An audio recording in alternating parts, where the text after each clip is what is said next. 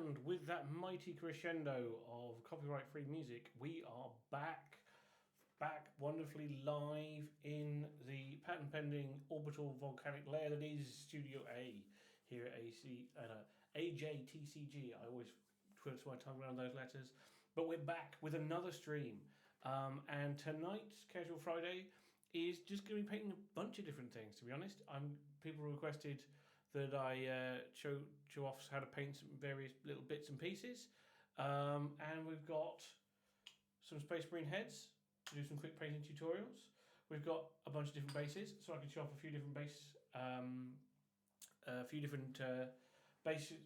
recipes that I have. Oh, I'm way out of focus there.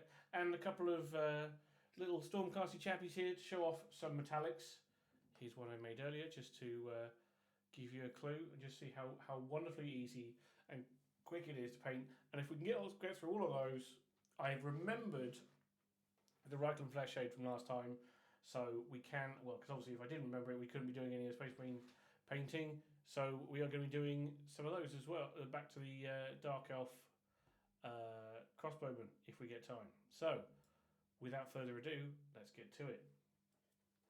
First thing we're going to do, because it's going to take a while to dry, is we're going to base a couple of these bases, he says. that's a silly sentence to say out loud. One thing I've forgotten to do, actually, get all my brushes out. That would be really, really helpful. So, normally when I say thin down paints when it comes to basing, I mean a little bit help the improvement of the flow of paint. But when it comes to bases, we're practically turning it into almost like a wash.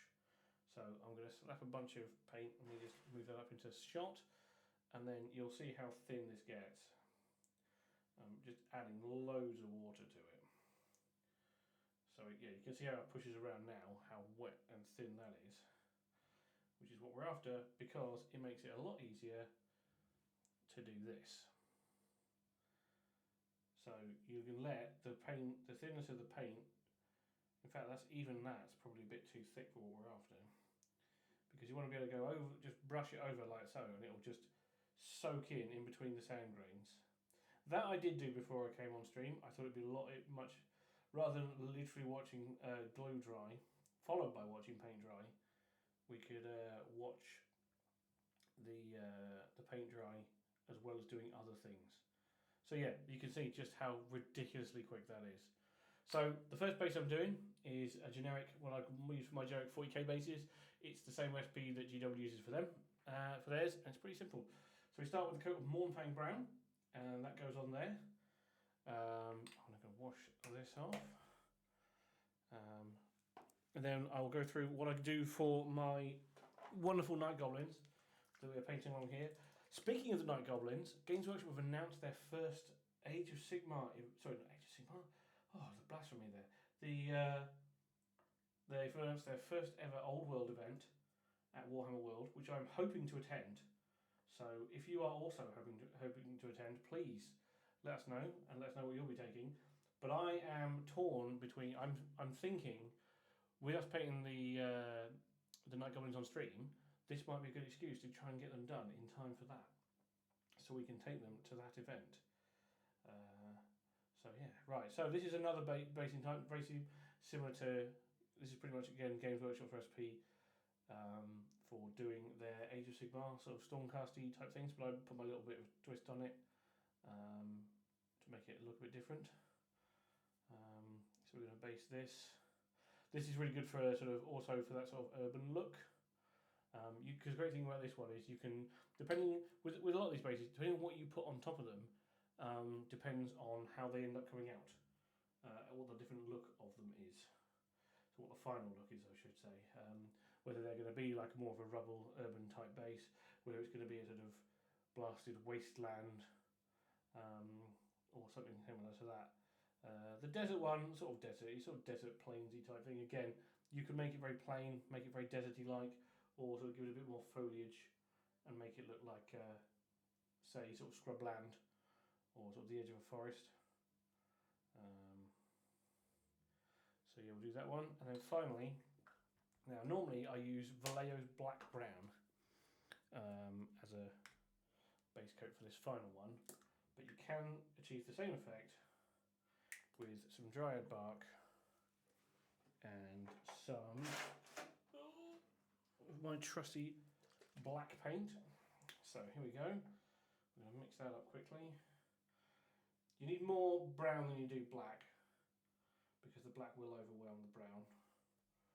But yeah, that's probably, ooh, crikey, that's probably a little too much black already. So I'm mixing a bit more dryad bark. We'll come back to that. Yeah, so this is sort of like quite a muddy. I use this on my wood elves especially, because I find it really good for that sort of like under dark sort of forest floor appeal. If I want to go all out with the forest look though, however, one thing I wish I had brought with me, which I didn't, is some mixed herbs. Not only will it make your army smell amazing, but it's really good to give with all the, you can get some mixed herbs, sort of reds and oranges and things that are really good for sort of scatter effect. It will make you look like there's a bunch of leaves on the floor, but like I said, it will make your bases smell of the herbs. A very nice sort of herbal scent to your miniatures. So, while we're going to do a lot of sort of blue petering today, so we're going to let these dry, but I wanted to show you the base colours that I use for them and how you water down the paint, like I said, a lot to help it flow and just go in between all the sand. I'm just going to rotate my my paint palette here so we don't have those massive blobs everywhere. And the next one we're going to have a go at is the silver here, because again this is going to be the so quick again the quick metallic tutorials of how I do my metallics. So this guy, he has been sprayed with lead belcher as a base coat. You can use the similar technique I will show you with the gold, with Vallejo's metal colour dark aluminium. I will make sure I get that right. And then it's just a case of going over with Nuln Oil, giving it a nice coat, getting in all the cracks and crevices and recesses. Yeah, I say this is the recipe pretty much that got me back into painting after a 2-year hiatus. I just could not bring myself to paint anything, and after sort of messing around with the gold recipe that I'll show you in a second, which is, you can see here on our decimator, I want to say. I always get these guys' names confused because they all sound so very similar. But yeah, as you can see here, this gold on here is such a quick and easy recipe. And I was explaining last week, I think, about how I'd done it, how I used it to get myself back into painting. So I will share that with you tonight. Like I said, so here we are with the silver equivalent, because this was the army I ended up doing myself. This is what what I called the Argent Storm. I was very proud of them. They were my sort of first. I've played a few games for Sigma, but this was my first real attempt at playing properly with them. You know, I sort of dabbled and had a couple of experiments with the game system, but never really dove in. And when they brought out this version of the Stormcast, the Slimcast as I like to call them, these guys were just like, I love the proper classical aesthetic, the sort of, you know, the moulded face helmets, the thin armour, the sort of thing. There's very sort of Hellenic, classical Greek type look to them. I really like that. And then of course they brought out the awesome Drake Riders, which were an absolute fun blast to paint. Sadly I no longer have them because I needed to make room for some other projects, but I have to say, as much as I'm loving Old World and everything right now, I may go back to doing. I still have a huge pile of the Stormcast that I didn't get around to finishing for the first round, and I think I've improved the recipe since then. So we're going to use this. This might be, who knows, this might be the jumping off point for another project alongside the long list of other projects that I'm currently working on.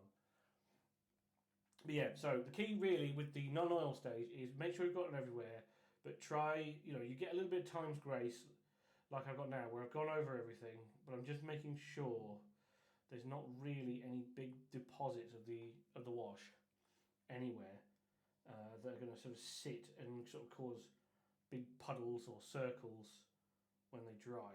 So, you don't have to go too mental with it. A little bit of shading is going to be a little bit of it's going to be covered up by our next stage.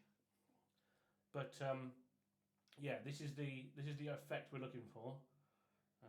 Just checking on the haft here. Can you see this big puddle just there? We can use the tip of this brush just to wick it away. Just smooth it out on the blade there. Just check the other side. Oh dear, that's come out really horribly. But yeah, we'll try and get a nice smooth finish on there. Get the excess of it weighted on here and on the base of the haft. But boom! Stage 1 for our silver. And now here's the big one now. Now this is the gold. Now, this is what people ask me. Whenever I say to me, they come on, they find me online and or whatever, and they see my custodians or whatever, and they're always like, "Oh wow, how do you do your gold?" And I always say, I use Vallejo metal colour gold, and they always go, "Oh, but I don't have an airbrush," and I'm like, well, I do have an airbrush, but I'm like, I don't use an airbrush for this. That's not what it's for. So this is a good example to finally show people exactly what I mean when I say you don't need an airbrush for this. So we're giving it a good shake because it does separate quite a lot quite quickly. And we're going with our wonderful, lovely makeup brush, courtesy of The Range over here in the UK. So we're going to get this obviously because it's so thin. It covers your brush really quickly. So unlike a normal dry brush, we don't want it to get rid of all the paint because we're trying to get a nice smooth colour. But I found this is a much better way of applying the paint when it's an airbrush paint than if you're just trying to paint it over. So we're starting with a black undercoat, and what we're going to do is sort of give it almost like a dry brush feel back and forth, and you can already see just how well that covers. And actually, what you'll see is the less that ends up on the brush, once it's really worked into those bristles, the better it will cover. So this is so super quick because we're going for the whole thing. Like I said, this is great for custodies or stormcast like I'm doing here. Any sort of heavy metallics. Yeah, you want to do, what's the name of the Space Marine chapter that's in the Spears of the Emperor, the other one with the lions. It's got blue shoulder. They're gold with blue shoulder pads. And their lion is the symbol. I cannot for life remember what they're called, but they're out there. I promise. So yeah, this is another one of those. You can use it for them, or I've used it on my Sisters of Battle. I used it when I painted Morven Val, the member of, I think she's the High Abbess of the Covenant. I need to put my teeth back in tonight. Morven Val is a High Lord of Terror. She is the High Abbess of the Convent of the Sisters of Battle. There we go. Take a moment, take a breath, and we can get through it. So, yeah, like I say, this is it. You just have this heavy dry brush technique, and you just have to wait, go around it all, and sort of keep brushing over it until it's got yourself a nice smooth coat. Now, the only downside to using this Vallejo Metal Colour Gold is that it does take a little while to dry, fully, and we really need to make sure it's dry before we go into the wash stage. Otherwise, it will really go wonky. So this is why usually I'm doing this in like a mass amount of like batches, like doing like 10, 15, 20 of these guys at a time, because then you're almost definitely certain. But obviously, we haven't got time to do a massive amount of them. I mean, we probably could just sit here tonight and paint nothing but Stormcast, but that could be a bit boring. So I am just going to cheat with our lovable friend. Where are you? It's time for the Happy Hobby Hairdryer, so I shall quickly meet you guys while I give it a good blast.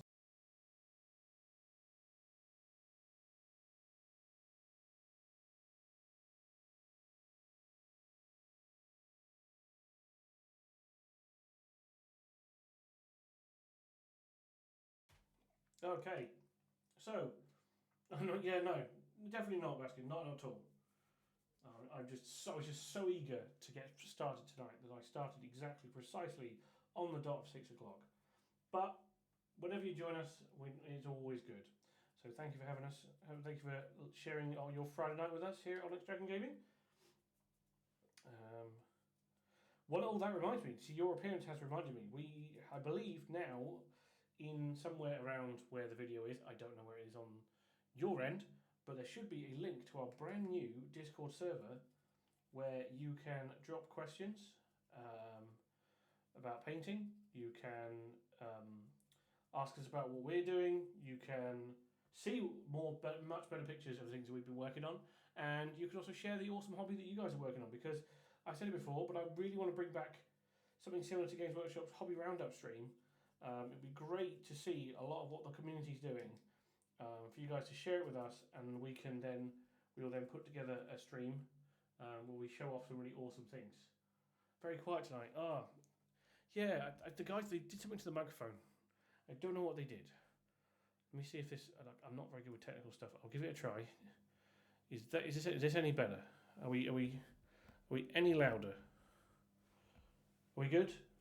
Is that better, or am I now deafening you all with my dulcet tones? Anybody? See now. There we go. Yeah. See when everything went down, we gone back up and put everything together. Things might have changed. I've tried to get everything back the way it was because I don't like change. It's my streaming hole, damn it. But no, I think we're back to. So where were we? Gold. So this is welcome to the world of streaming. Yeah, don't touch the dials. I know how Scotty feels now. So what was I saying? Yeah. So gold. We've now got our base coat down of Vallejo metal colour gold, and you can see just how easy it is to apply just using a heavy overbrush. So now we will wash our trusty dry brush and leave it to dry. One thing I've realised is I haven't gotten is something to dry any of this on. Did I think to put a tissue or something down? No, I didn't. Oh well, doesn't matter. So while that is drying thoroughly and properly, let's get on to some Space Marine heads. So where are we? Bugman's Glow is where we're going to start, and here it is. So I'm going to do two different heads, two different tutorials for how I do Space Marines and the flesh they're on. We'll start with sort of a longer tutorial, as in this is how I do like character faces and ones where I spend a bit of time on them. So again, I know it says all the time, it's become a cliche at this point, but you really need to thin your paints down when you're doing faces. It's of any area that you're going to paint on a model. Trust me, you want to make sure that your paint is mightily thinned down for this. It's always better to add paint because it's a lot easier to add it than it is to take it away. So we're just going to go in. Because I tend to keep all my Space Marine heads separate. If I know I'm going to be painting a bare head on a Marine, I always keep it separate and attach it to a little flight stand. I've got about 5 or 6 of these at home now because I keep breaking them, which are literally just for used for holding up sub-assemblies. Because if I'm doing Marines, for example, heads, obviously the perfect thing to make sure you've got on separately. Or if I've got an arm that covers a chest eagle that I want to paint, I'll keep that arm completely separate. So with this one, he's getting a base coat of Bugman's Glow because this one's going to be our sort of character face. But for a sort of speedy flesh tutorial, we're also, because I've bought the same head twice, just so we can see the difference. I'm going to go for this one, which is going to go straight to Cadian flesh tone. So again, I'm making sure that I thin this right down, because obviously the details on the faces are really really small and you do not want to clog them. With Cadian flesh tone being not a base paint like Bugman's Glow, it does thin down a bit sort of quicker. So finding a good balance can be a bit difficult. But remember, you can always add paint. It's difficult to take it away. So it doesn't matter if it's quite thin to start with, and it's quite translucent, and you see a lot of the grey underneath. We can just add another coat because it's so much easier. Cool. So whilst that's drying, there's probably gonna be a lot of happy hobby hair dryer tonight because so we can get between the layers quickly.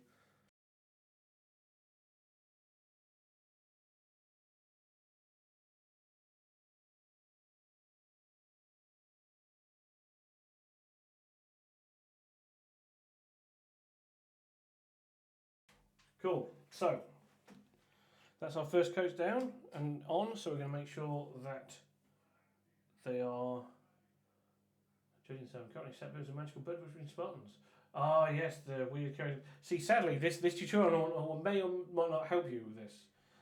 Although I think these guys are more human than they are Zintian abominations at this point. So this may help here. Yeah. Oh, it's good to hear what everyone else is. Is anyone else in the chat working on hobby whilst having this on in the background, listening to me ramble on, and more than likely rant about things? Yes, yeah, they are. I was getting them confused with the Zangors for a second there. I was like, my brain, you hear Zinch, you think bird people. These guys haven't quite gone down that far yet, have they? They are still mostly human, mostly. But yeah, so let's make sure we get ourselves a nice smooth coat onto this fella. Built yesterday. Oh, so you're cracking through them. Yeah, I need to have me a building day. I've got so many things, so many projects that need sorting and planning. I need to start making some inboxes, sort of big trays where I can be like, this project is all built and put into here. That might be what we end up doing over the weekend. Because what I do on my days off from painting for a living is to paint for fun. Because I am completely mad.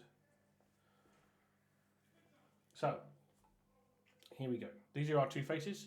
As you can see, they are quite a different scale of brightness. I think we might need one extra little thin layer on the Cadian flesh tone, but so we'll just give this a blast.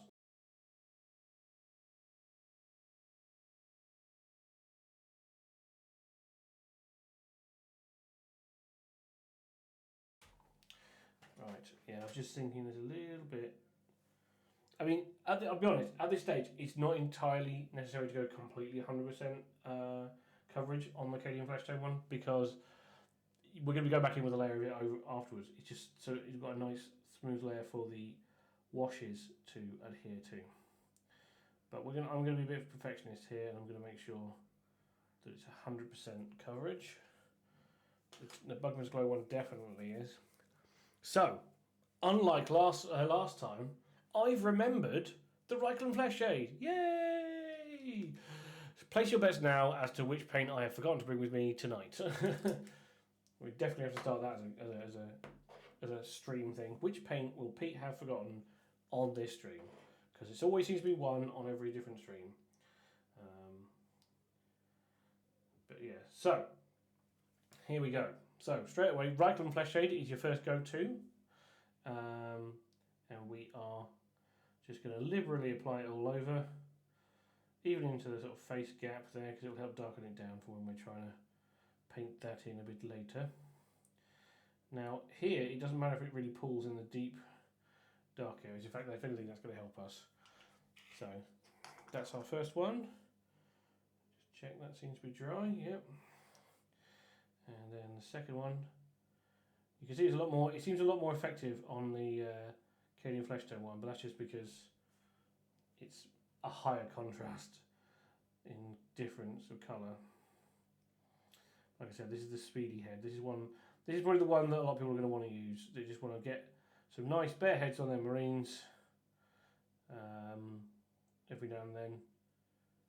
So yeah, here we go. We're going to make sure we put a very little bit extra in the eye sockets and underneath the nose, and we'll let that dry. So while we're doing washes, we will cut back. See, we're going to do multiple tutorials at the same time. I'm making it even harder for myself when I come back to trying to do these videos separately. I might have to sit and record them again for YouTube so I can break them up. But people ask for various things, so I'm going to do various different tutorials. Agrax Earthshade. Another one I should have because I bought it on stream the other week. Here we go. So you can use a variety of different colours to wash your gold with. I really like to use Agrax Earthshade. I like that dirty gold look. Looks more lived in rather than the bright shiny reddish gold that Games Workshop do. I mean, it looks awesome, but I've never seemed to be able to pull it off nicely. So this is why I came up with this gold recipe. Again, similar to the other Stormcast, we're going to make sure we cover all of the gold, but don't let it pool too badly, so that we end up with these big tide marks.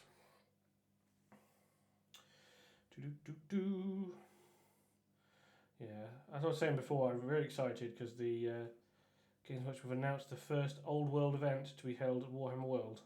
Although I'm really surprised, it's a lot smaller than I was expecting. I was expecting us to go back to the standard 2,000 point.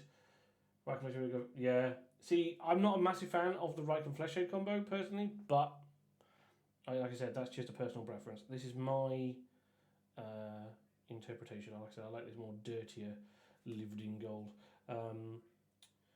But yeah, what's it? So yes, I'm really surprised that we have 1,500 points of Old World rather than 2,000.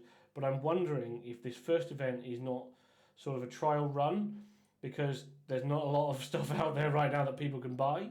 So like if people have bought the box sets, for example, I'm pretty certain the Bretonian one, I think I'd give it a quick go on the numbers, is roughly 1,000-ish points.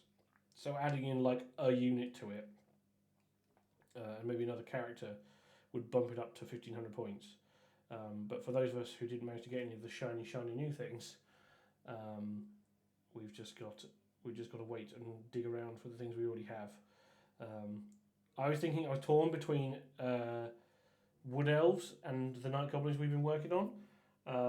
I think we're going to be leaning heavily towards the Night Goblins because even though they are not here yet, which is saddening me beyond belief, I still hold out hope that they'll be here by Monday. That we'll have them, and we'll be able to order them from somewhere else if everything goes wrong. Whereas the other army I'd like to take, which is my Wood Elves, I still need to find a box of Dryads and a few more Glade Guard. Not a whole box. I think I worked out I need like 4 more. But yeah, the hardest thing to find right now is the Dryads, because whilst they are technically available for the Sylvaneth, they have mysteriously all sold out everywhere and are currently no longer available. Make of that what you will. So yeah, here we go. So we've given our Stormcast his wash of Agrax Earthshade, and already it's given quite a cool tint to it. I would say we are 1, if not 2 stages away from finishing already. So yeah, there we go. You can see how good that gold looks already, and this is so good for custodians, especially. And here we are. Right, so let's check in on our faces. They're still drying. They just look like they're crying now. They're just like meh. Right, how's our bases doing? We're nearly there. Nearly there. Again, I wish I had a Happy Hobby radiator in here. That is definitely. It's even better. 1 step up from the Happy Hobby hairdryer is the Happy Hobby radiator. But our Stormcast is done. He's already dry. Look at him. Already, this is pretty swish. And now we're just going to finish it off, because genuinely, this is how freaking quick this scheme is to do. I think we might end up painting this whole guy because it's that quick. So this really is going to be what I call classical dry brushing. So I've got myself an absolutely brand new brush here. I'm going to get a tiny bit of the palette of shining silver. It is from my page that I'm using, but again, silvers are all the same. And this one we really are going to wash it. So one of the things I like to do with dry brushing is to check out how much is leaving, is I give my hand a quick dry brush. So really work. The secret with dry brushing is to work almost all the paint off, so you can barely see. So I don't even know it's showing up on here, but you can. For me, I can see it's just making my skin a little bit silvery, which is what I want, because I don't want too much on the brush, because again, we could add paint, we can't take it away. So with that, there's barely any paint on the brush, which means it'll be perfect to just pick up the edges and not go over the whole model. So as you can see, I don't know if you can see here, but it's already working great guns here, where we're just picking up on all the edges of the armour. So what we'll do on the blades, we're going to go with quite a heavy dry brush from the tip down, so that it gets a bit, because you can see there it's got a bit of a gradient now, so you get that sharpness feeling. We'll do the same thing on the other side. We'll give it a good brush as well, because there's quite a lot of detail. But yeah, this is it. It's just very subtle.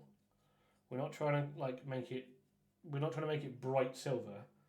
We're just trying to emphasize some of the areas. So like this chest here, we're going to buff it up a bit by going around in circles, and it's just going to buff those central panels and make them look a tad bit shinier.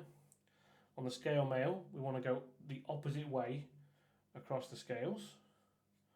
So like this. I think we might need a little tad more paint. And we're just going to try it on the back of the hand. And also, the amount of pressure you use is really key here. Like, I don't know if you've seen like Jurassic Park or any of those sort of classic archaeology videos where they go in and they're just like trying to brush the dust away from these 1,000-year-old relics. Right? That's what you want. That's the kind of pressure level you're looking for when it comes to this, because you don't want to just like imagine if it is a 1,000-year relic and you're just going to snap the arm off.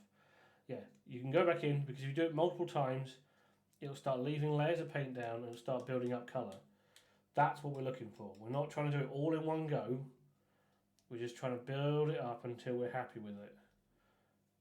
This is pretty much how I do all my metallics these days. Like, even like tanks, this is a good technique to do on tanks.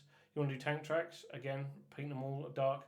I use exhaust manifold from the Vallejo game color range, because it's really nice.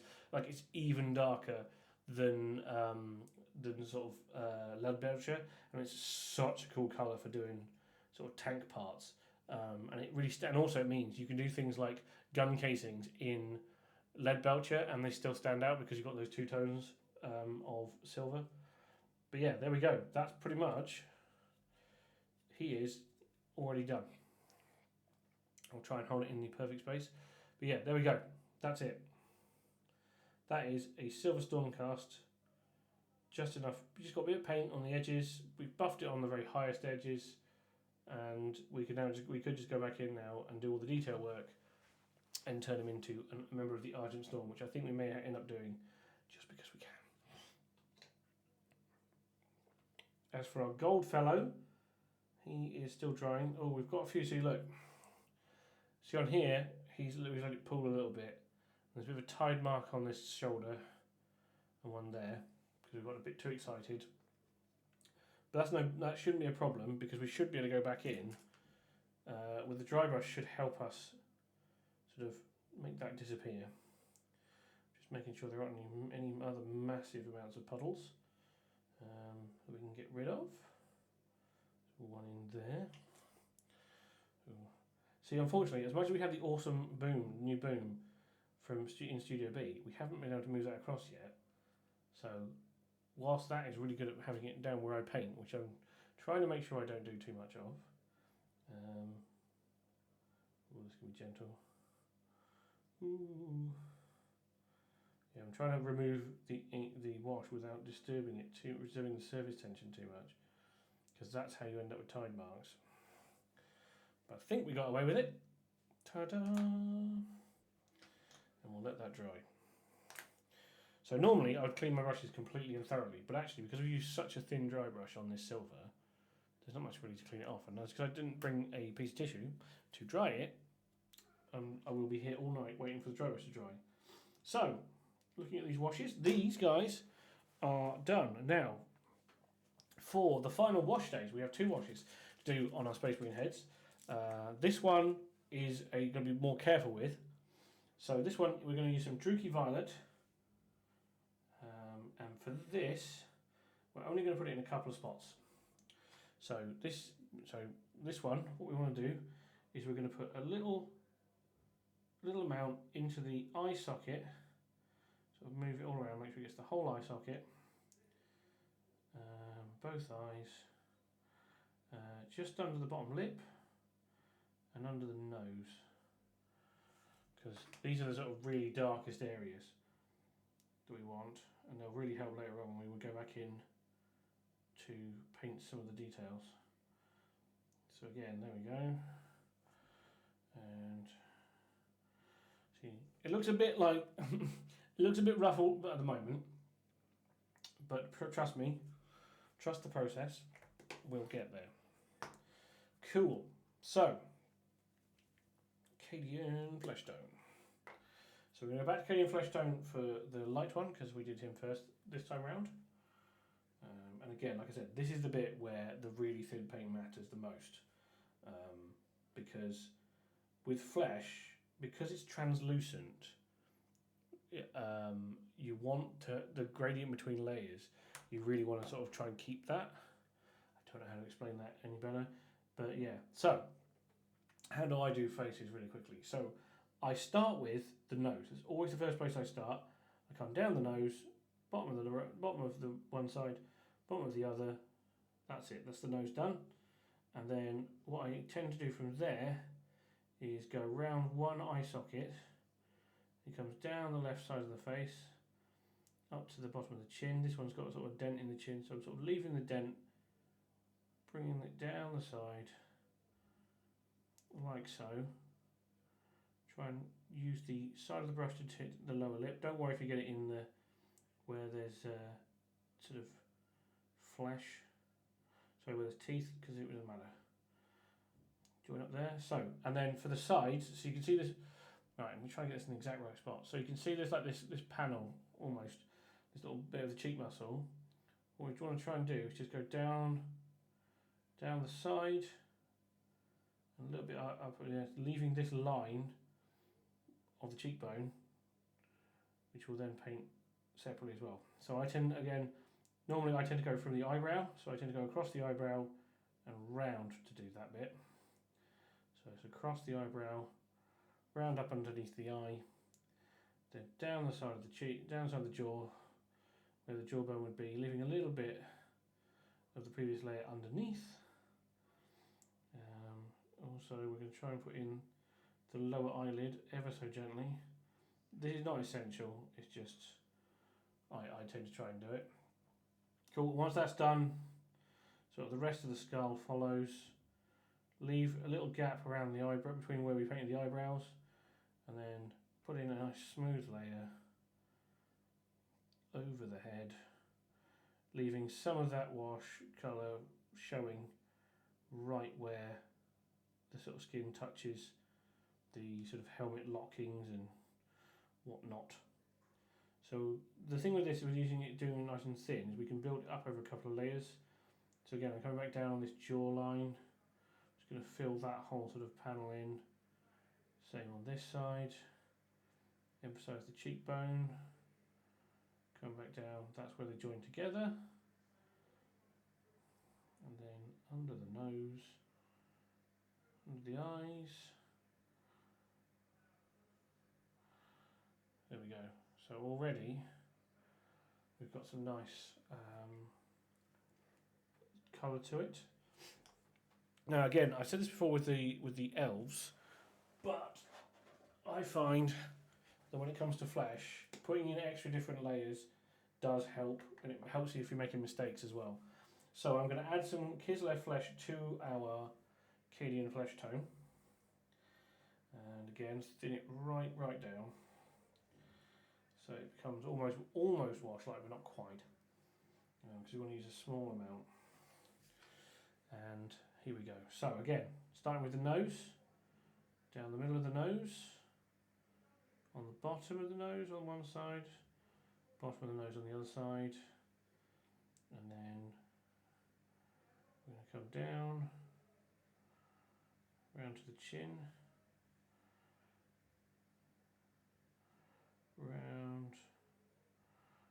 the chin. Just a little bit of highlight on that using the side, on the bottom lip, and then round the top lip, under the nose, and connecting those sides. It says. So then again, back down the jawline. So this time we're trying to leave a bit of the previous Cadian flash tone in the corner there. So we're just going down the far edge of the jawline, poking up a little bit, but leaving a bit of the Cadian flash tone first layer in there. And then back to the eyebrows. So we do the eyebrow, we come around, sweep around the eye, up to the side of the nose, again, round to there, and then you can see this is where the brow starts forming. So I come in between, just leave where we pointed the eyebrows and fill it in. So that we've got, you can start to see the brow lines, and then we can sort of backfill across the skull with this mix of Cadian flesh tone and Kislev flesh, and just make sure we've got a nice neat smooth coverage. Again, just want to leave a tiny bit of the previous layer showing. Just make sure we keep an eye, we can see what bits need. Because it's quite thin, like I said, we want to make sure that it helps show the different layers, but also makes a smooth coat. So where you want that sort of transition-y fade, we can leave it on one layer. Where we want to emphasise features, like, say, the cheekbones, we can go back in a second go, round over the eyebrow, round over the eyebrow, down the side of the mouth, up to the chin, side of the mouth, up to the chin, jawline, jawline, nose. Bow. So already I think he's looking pretty swish. We can give, and then we can do one more highlight, because I find the thing as well sometimes is when you're painting heads and things, sometimes you can stop at a certain point and be like, that's fine, that's enough, and then sometimes you want to push it a bit further to get a bit of real contrast depending on what colour your Marines or whoever are. So we are going with pure Kislev flesh now. Again, watered right down. Start with the nose, down the nose, on the bottom, like so. Then we come down the side. So now we're almost trying to paint lines down the middle of the bits we've already done before. So we can see where they are. So we can just bring it right down, bring it to a sort of point on this chin, tiny amount on the bottom lip, and then down the jawline. Again, we want to leave even more. This is literally almost edging the jaw now. We go on the eyebrow, round the eyebrow, down to the cheekbone, round the eyebrow, onto the cheekbone, and then just under the mouth there. Sorry, under the nose, under the mouth. What am I saying? Right. And then finally the brow line. Already he's looking like an angry Professor Xavier. Right, so that's a bit thick there going on, so it's not looking as good as some of the other previous layers. So I'm going to go back in with some almost pure water and sort of try and wash it back so that it thins it out, because you don't want it to look like a layer. You want it to look like you just plopped another layer on top, because it just looks so different. Even if it's the same colour paint, because we're trying to let some of the base layer show through, it looks like a different paint. Right, so again, this is a quick one. This is supposed to be the quick Space Marine head flesh. So we're going to leave the skin there. So that's pretty much done. The only other details to do are the eyes and the mouth. So again, thankfully the Vallejo black I use is already quite thin. So what I try and do when I try to do really fine details is when I've washed my brush, I will try and push it down so that one side, I don't know if it's going to pick up on the camera very well, but one side is really, really thin and one side is sort of fat and wide. And I found that really useful for doing A, edge highlighting, and B, if I'm trying to do a tiny area like these eyes, where I'm just going to put in just a bit of black there, filling in the eye socket. Because again, this is what we do this so it helps lift the eye when we do it in a minute away from the flash. It puts a barrier between them, separates them out as two different distinct things. So yeah, there we go, that's the eye sockets, and then we're going to just go across the mouth here with that gap, like so. Ta-da! And then this is going to be the moment where this model is going to suddenly come to life, where we go with the magic. We're going with a bit of white. So we'll stay away from the really difficult bit first, and we'll go to the teeth. So you should be able to see there's a line. You should be able to see the teeth quite easily when you do this yourself. And we're just going to come in from below and just kind of brush across them. We want to leave, you don't want to go completely across, you want to leave a little bit of colour either side so they're not like right up against. Again, you want to help it, to help separate and give you depth, you want like a line between colours. You want a dark, very dark line between two colours. So I've just gone straight across the mouth there, but I've tried to leave an ever so slight line in between. Right, this is the fun part, which I know you're all sat in there going, oh my god, this is the hardest part, and it is, I'm not going to lie, but this trick is the one that will make it so much easier. So I used to, back in the day, I would try and go in, paint a white line, and then put the pupils in, and then obviously end up completely cockeyed, one eye looking, you know, off to the stars and one looking up his nose. So I found this is the best way to do eyes. So what we try and do is we try and put one white dot in up against the, oh, I've got a bit big there already. So hopefully I should be able to wash that out straight away, yeah. This is the other thing, if you use thin enough paint, you can correct your mistakes really quickly. I think we will switch to this small brush. Go to the tiny, tiny brush. Again, we're going to try and thin this down. We want just a tiny amount. So, like I said, what we want to try and do is put a dot just in by the nose and then one on the far side of the eye. Okay? I know that sounds really hard, but it is a lot easier than trying to do like there. So whilst that's not perfect, alright, it is still, he's still got eyes now. But it's also allowed me to notice there's a little bit on the top here of this eye where I kind of let the black go in. So I should be able to go back in with a bit of our Arcadian flesh tone and Kislev flesh mix and just kind of smooth that colour out so it fixes the mistake. So there we are. That is a quick Space Marine head tutorial. Ta-da! That's where the level I'd go to on basic sergeants or the odd dude.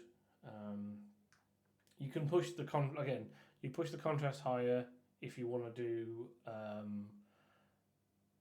you want a lighter skin tone or whatever, but that's just basic and works for us. Right, gold. So just exactly the same as before when we're doing the silver Stormcast, we're going to go in with some shining silver for a light dry brush. Now, the difference being here is that this is not going to be our final stage. So don't worry if this starts looking really silvery. So what we're going to do is we're going to try, like I said, we're going to try and be light. We're going to buff up the tops of panels. And I think this is where I realise I have actually left a paint behind. So for those of you who are betting on Seraphim Sepia, you have, congratulations, you have won this week's What Paint Has Pete Forgotten? But it's alright, because we can get away with using Agrax just to demonstrate the purposes. So yeah, again, we're just buffing up the gold. And now it's going to look, you can see already, it's looking really, really light already. But this is why I like to use Seraphim Sepia, because Seraphim Sepia is a really good sort of yellowy tint to it. So it's really good at sort of finishing gold off for me. So I like the Agrax in the recesses. But yeah, covering it with Seraphim Sepia is what will really set this off. Again, we don't have it, but I can show you. I'll show you the effect with Agrax. But yeah, for those who want to paint custodes, again, you can leave it there if you want a really sort of burnished, bright gold armour. That's not, it's totally acceptable. Again, it's each up to you. But as you can see, once you put another layer on top, it can really deepen all those colours and finish it up, really bring that model to life. So, that one's dry. How are our brown grey bases doing? I think they are ready. So, it's a little bit wet. So, when it comes to basing, most of the time, so for these two bases on the left, they are ready to go with dry brushing for the next layer. These two, however, with the grey on them, we need to wash these with Nuln Oil because we want a darker, starker colour to the grey to build up from. Now I'm just looking at these. I don't know, it's pretty well not coming up on camera, but I can see that these are not quite. The only downside to doing this with the very thin down paint method is without a hobby radiator, they can take a little while to dry. Well, I'll give them a quick blast with the hairdryer and see if that will help us. Because if you use the hairdryer when a lot of it's on there, the surface will dry and it will look really thick and it'll just look horrible and it won't be very good. But now that most of the surface paint has dried, we should be able to get away with a quick blast. So just give me a second.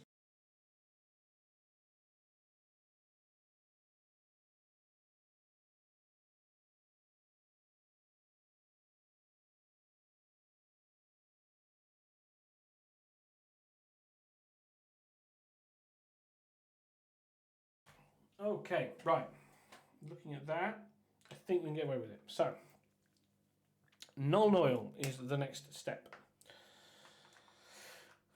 So this is a bit of we're quite liberal with this because we don't need to worry about getting it on anything that we don't want it to. So again, just go straight in, slap the whole lot on. The only thing about putting too much on is that it's going to end up taking a while to dry. So we'll just push around the bits. So I don't know if you can see here, but there's see this lighter area here, sort of just there. That's because that area of paint wasn't 100% dry. It doesn't matter because it'll just add a bit of extra colour to the base, but that's what you want to. If it starts doing that a lot, then your paint isn't dry enough, and I would leave the rest of the ones you're doing alone for a little while to really set. Yeah, because you can see where it's pulled around this rock. That's where the paint still has a lot of water in it. So we'll let those dry, and I will tell you what I will do. I will take a very short break whilst I go and grab some tissue so I can dry off our dry brushes so we can show those. So I will be back in a minute or so. So please bear with me 1 second.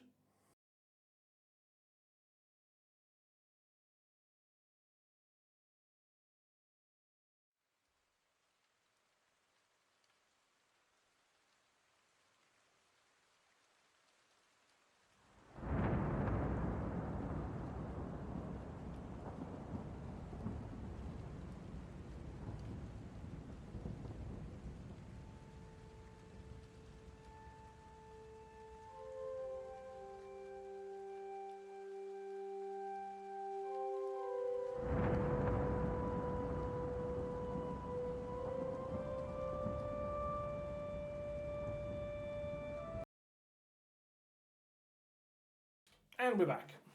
So I promised it was quick. Right. So this is going to allow me to just quickly dry my dry brush because you really want to make, a lot of your other brushes, you want to really make sure that your dry brushes are properly 100% dry in between layers, because that will lead to some real streaking and chalkiness, which is what we're trying to avoid. So, right, here we go. So we've done those. Let's go back to our second Space Marine head and show the real long-winded way of doing faces. It's basically the same as the other guy, but I think this one, because it had a couple more layers to it, you get a real, like, a lot more starker transition. You'll go from a lot darker, obviously going a lot from a bit darker to a bit lighter.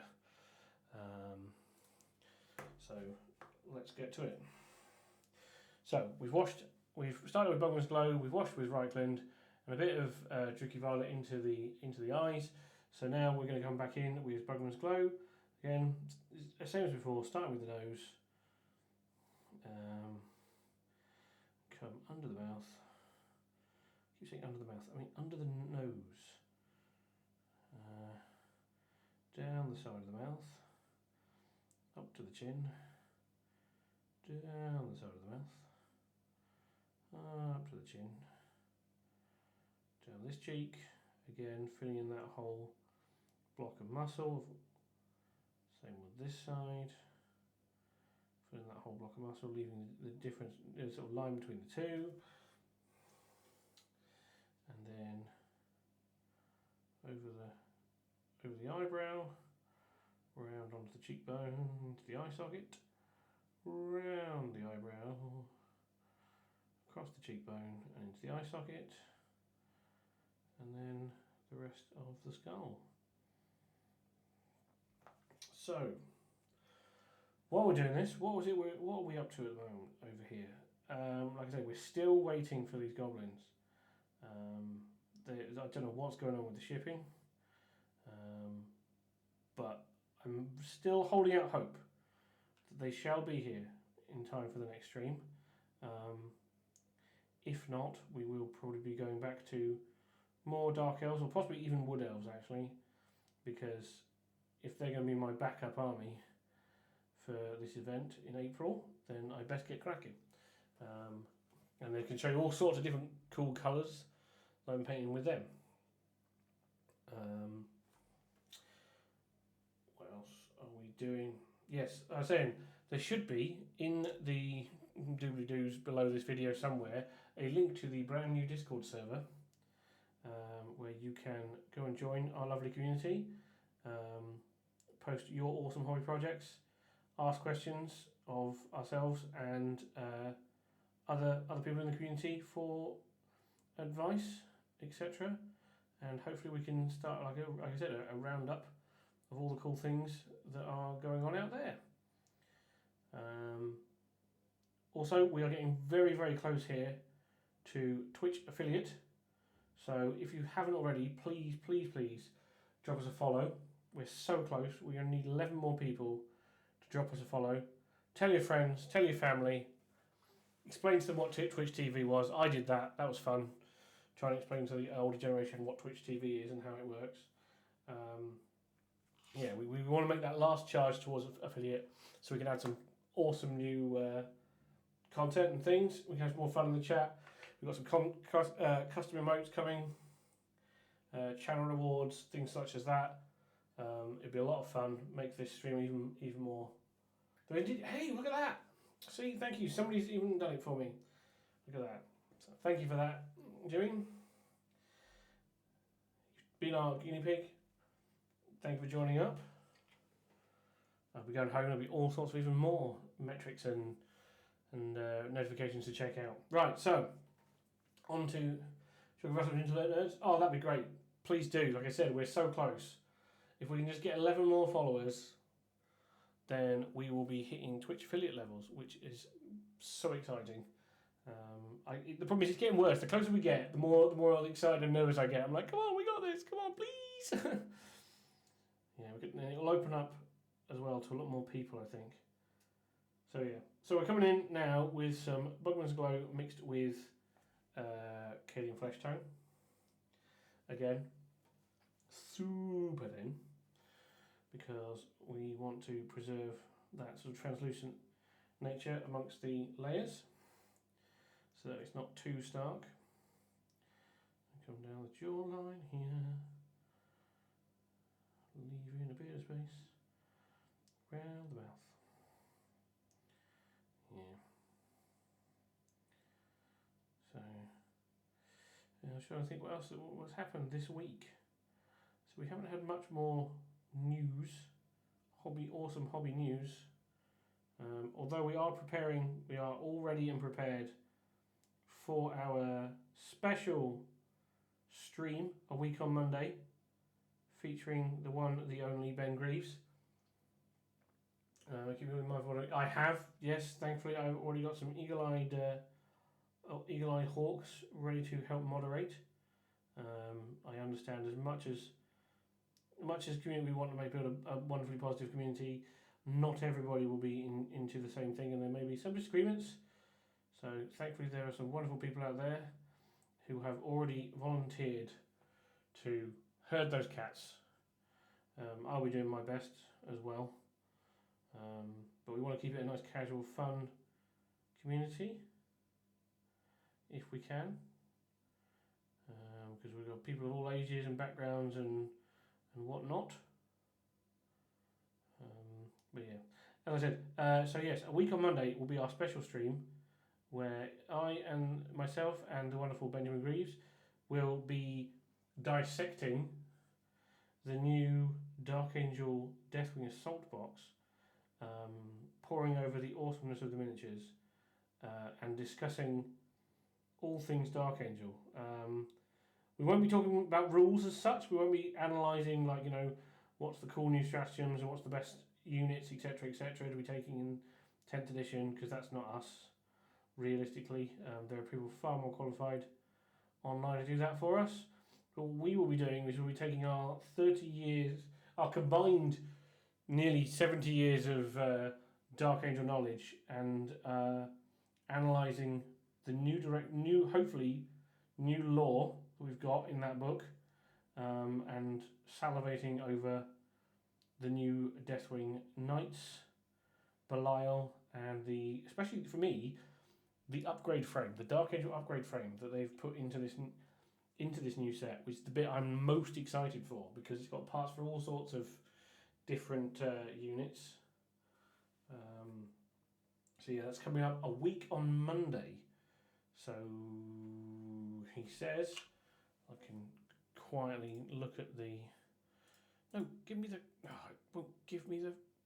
There it is. Right. I was trying to look for the calendar. That will be the 5th of February. For some reason, I nearly said 5th of November, so that'd be a long way away. But no, it's the 5th of February. Will be our special Dark Angel stream, where we definitely 100% won't be painting Night Goblins that Monday.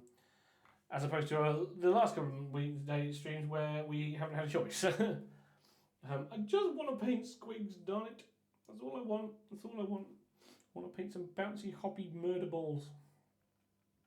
But in the interim, I've got elves and space marines to entertain myself. So yeah, we're going back in again. This is our next level. Surprising nobody, it is Cadian Flesh Tone. And we are, again, trying to be more subtle with it. And just coming in, not all over the previous layers, but really trying to emphasise the strong features of the face. So again, I always start with the nose, because I think this is the easiest bit to do on a face, and it really helps give you an idea of what the colour's going to look like, etc. And it's a good confidence booster to get you started. So yeah, I'm going to come around the sides of the face, and to the chin, under the nose. I actually said right then that time. And over the eyebrows. Yeah, this is the thing. I painted so many of these things. You get into a routine of exactly how you do them, each step in order. So I'm just going to go over the cheekbones a bit more. Put my entire case where you want to contact. Oh yes, Well, that's very kind of you there, Jimmy. Unfortunately, as much as I would love to do that, there are two caveats to that. One, we have a commission service, which is A, currently fully booked right now, and B, we have far too much stuff to paint on for pure content's sake. That we wouldn't have the time right now. But hopefully, when the book's clear, we will be open again for commission and whatnot. So if you really want it painted, then we can discuss. But for now, no, sadly not. Yeah, unfortunately, this guy's starting to look a bit like Erebus. We're going to have to keep painting this guy now because I really don't want him to end up looking like the world's most punchable face. For those of you who've read the Horus Heresy, I'm sure you can agree with me. Erebus is the smuggest twat in all of 40k, or 30k I should say, and 40k. Like he's just like, even Lucius the Eternal, who's like, or Eidolon or Fulgrim, who's like, you know, a bit of a preening whatnot. Nothing. I don't think anyone comes close to the absolute wank pheasant that is Erebus. He just always seems to pop up as well. Just when you've forgotten how much of a knob he is, he suddenly appears in the story, and I'm just like, no. I can't even remember if he's actually dead yet. I think he's technically still alive in 40k. He's one of the word bearers are strangely quiet in 40k. I think Corferon does a bunch of stuff, from what I remember, but I don't think Lorgar's out doing things. But I can't remember what happened to Erebus. So if anyone can enlighten me, please let me know. I don't know. Again, I think I just haven't delved into what's up with him because I just think he's a colossal what's name. But if anyone does know a definitive ending to Erebus, please tell me. I'd love to know for sure that he got, spat into the core of a sun or something, or had somebody run him through, because he sure as hell deserves it. And he's gotten away far too many times. He is the Joffrey of the heresy, I think. And I don't even think that's a controversial opinion. I've actually seen games of heresy where it's like, yeah, I could win the game or I could kill Erebus, and believe me, I will happily take an L in this game if I can say I killed Erebus. Because, yeah, he is just hands down the worst guy in the whole heresy. Yeah. Right, so we're on to our Cadian flesh tone mix with Kislev, and this time we're going to draw a couple of bars across the forehead before we fill in, just to kind of give it more like a bit of a wrinkled brow appearance. So we come back in with a little bit of the thinned paint, just fill in the skull. So at the moment, I know it doesn't look too much different to our other friend, but once we get to the very top, you'll see the difference in what I mean. So I'm going to come in with a second layer of this because I don't think it's gone on thick enough. Pick up this cheekbone. Yeah, some bits are looking a lot brighter than others. So we're just going to come back in the second layer. Okay. Like I said, we're going to do a couple of lines across the forehead just to make it look like it's more wrinkled. It's scrunched up as he's sort of screaming. Right, and then the final step. Well, it might not even be the final step, it might go a bit further. Sometimes, if you're going all the way up to Kislev, sometimes you want to go a little bit further, push it up near white, just to really make the face pop out, especially good on characters, because it'll really make him stand out. So with this, we're not going to go with a full highlight here. We're just going to, like we've done with the previous layers, we'll do the prominent features, like the nose, we're going to come in on the eyebrow. Again, the cheekbone, but not all the way around, just the very highest part of the cheekbone. On the chin, we're going to try and do the two sides of this little cleft chin he's got going on here. So we're just going to put a spot on here, a spot on that one, like so. We'll emphasise the jawline. And then these sort of lines up into the skull. So highlights, again, a couple of little lines across the forehead. Round the side of the mouth. Under the nose. Just across that bottom lip. The lip's been a bit of trouble actually.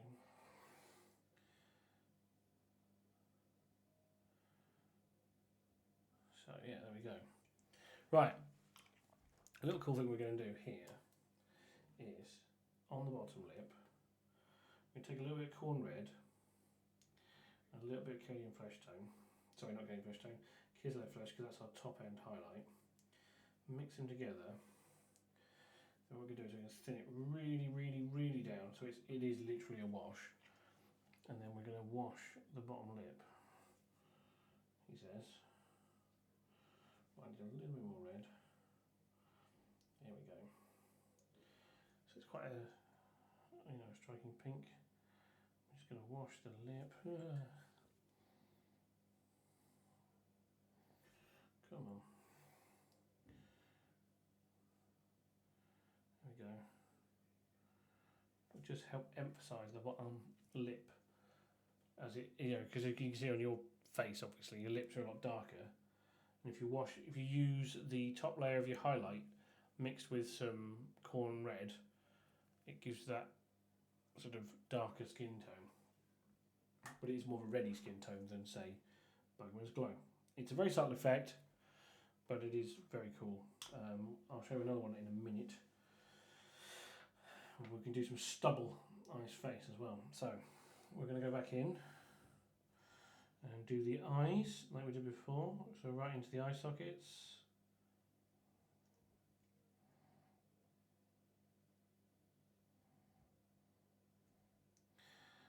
And then between the teeth here. And back to white. If that white's still good on our palette, because it's drying out a little bit. So this should be good for the teeth. So again, I want to come across from the bottom up to them. So we're going to leave a bit of a gap around. And we're also going to try and do the bottom teeth in this one. Seeing as we've emphasised the lower lip. Again, I'm trying to be as gentle as I can here. Let the paint pick it up more and more as I go over it. There we go. Again, less is more when it comes to these sort of details, because as soon as you've gone too far, that's too late.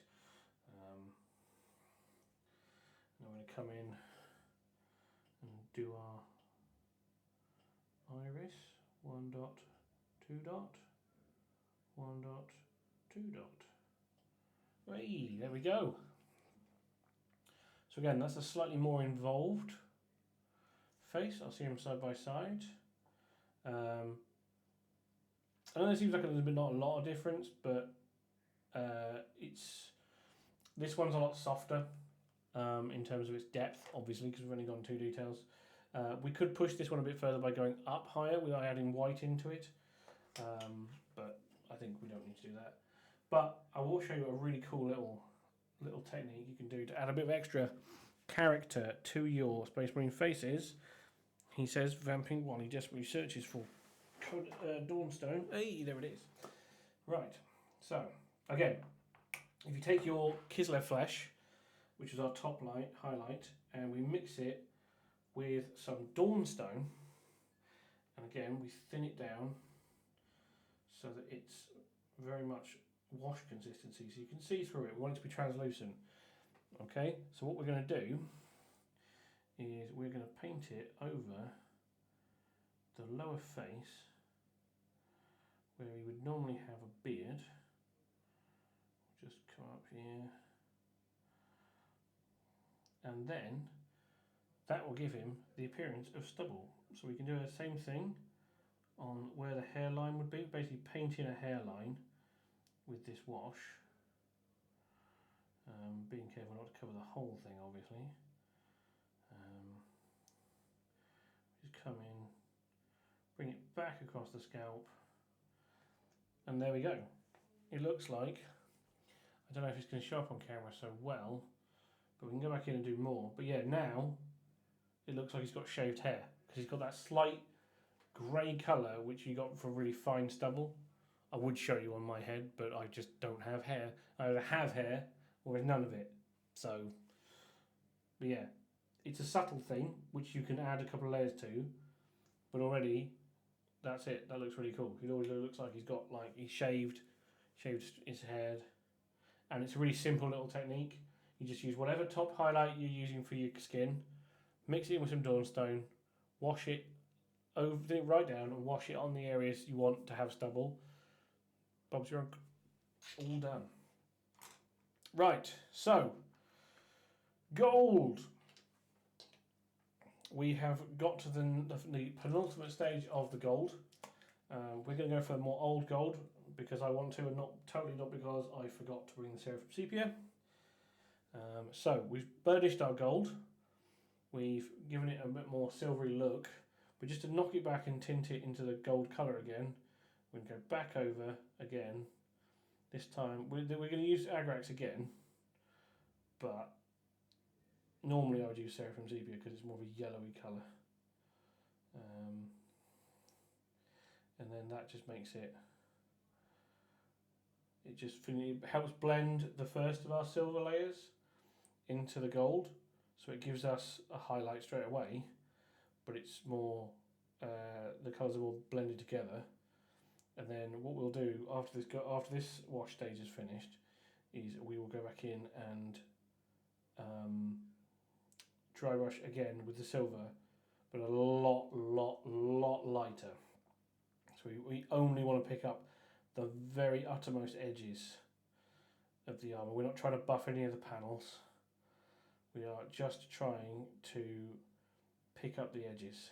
Now, you could do this with hard edge highlight, but I don't know what it is when it comes to metallics, but I've always found, me personally, that whenever I try hard, you've seen my hard edge highlighting, I'm alright with it, but there's just something about doing it on metallics that I struggle with to make it look good. It just looks too, the lines are just too sharp for my liking. And it looks kind of weird. It looks like something like, as a friend of mine said with bad highlighting, it looks like they've escaped from Tron. But yeah, there we are. Bosh, there we are. Pretty simple. Easy game, easy life. And that's pretty much done. So yeah, we've already done almost entirely. We've done 2 of our Stormcast already. From the colours, from thing. I'm going to quickly, I think I'm going to finish the details on this one to show you what my Argent Storm looked like. I think the only thing I don't have is because I went for a blue on the weapon hafts, which is something I don't have. I didn't think to bring any blues with me today. But I will show you how I finish them, because I think it's quite a cool colour scheme and it's quite quick. So yeah, we've done our silver, so we're going to go back in, and the shoulder pads of these, whatever these particular ones are called, I don't know, because I can never remember the names of different units. I want to say they begin with a L, because they're like a line one, but again I could be wrong. So we're just going to push the paint in, because it's nice and thin. We can get it in quite nicely in and around this silver detailing on the shoulder. This is also how I did my Black Legion for Chaos. I found it so much easier than trying to paint in all the trim. It's an absolute pain in the bum. So if you do all the silver work and all the gold first and then come back in, I found it's actually really easy to come back in and just paint in all of the armor panels on Chaos Space Marines. than it is to try and paint the armour and then do all the trim. That's one of my personal tips there. If you're trying to figure out how to do your Black Legion or your Red Corsairs or whatever they may be, that's a quick little hint there, is don't try and paint the trim. Paint the rest of the model. Sorry, don't paint the trim after the model. Paint it first. Get it in. Block it in. You can be very liberal like I've done with this guy, and you can just go back in, paint all the panels, which takes a lot less time than you think it will. What you need to do is hair. So, yeah, this was the colour scheme I used for my own personal, what do they call them? Not chapter. Chamber, that's it. It was similar. All these words. It's almost like they're Space Marines, but in Age of Sigmar. Sigmarines, if you will. But yeah, they are kind of fun to paint, I'll be honest. Like I said, especially their dragons, because dragons are always cool.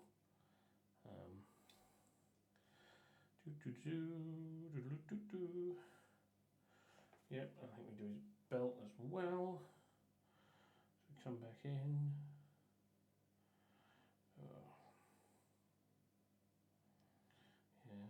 As much as I am a bigger fan of the old world over Age of Sigmar, and I've said before, I've tried to get into the lore a load of times and I just can't do it. They have some exceedingly good models. I will not lie. Some of the ranges are really cool. I have strong opinions about one or two of them that I think are very silly. And I'm sure if someone prods me in the right direction, I might expound on that a little bit. But yeah, for the most part, Age of Sigmar is cool. But there's a few things that that really bug me, and I've tried really hard to get into, and I just can't do it. But miniatures wise, like I said, I really enjoy the Stormcast. Especially when they change to these guys, these are really cool. The massive Deathrays, I love these beaten shields as well, with the sort of lightning crackling through them. They're really fun, and they're really fun to paint as well. The Caradron Overlords, again, another really cool faction. Dwarves with Zeppelins and like floaty tanks and things. Who doesn't want that? That just sounds like a lot of fun to me. And then, yeah, any faction that is just Warhammer Fantasy Battle but new is instantly okay. Even the Daughters of Cain, I think, are kind of cool with that sort of... They're a very Ray Harryhausen, Clash of the Titans, Jason and the Argonauts vibe, which is freaking cool. With the sort of harpies and the Medusas and things like that. But, yeah, so, basing. What am I doing with my basing? So again, I have forgotten some paints for this because I'm a Muppet. But we will be able to do some of them. So, we'll start with a forest floor base. So normally, you wouldn't be able to dry brush over the top of these. So love the Cold War model. Yes, me too. I have a unit of them. They are ready to go. They are waiting. They've just actually no. I have to say I had them delivered. I have my 30 by 60 mil, the brand new bases for my cold ones for my Renegade army, which we're refusing to call Legacy Army. Our Renegade army of Dark Elves, ready to go. I really wish I could take that to the event in April. I was half tempted to write a High Elf list, but use Dark Elf models.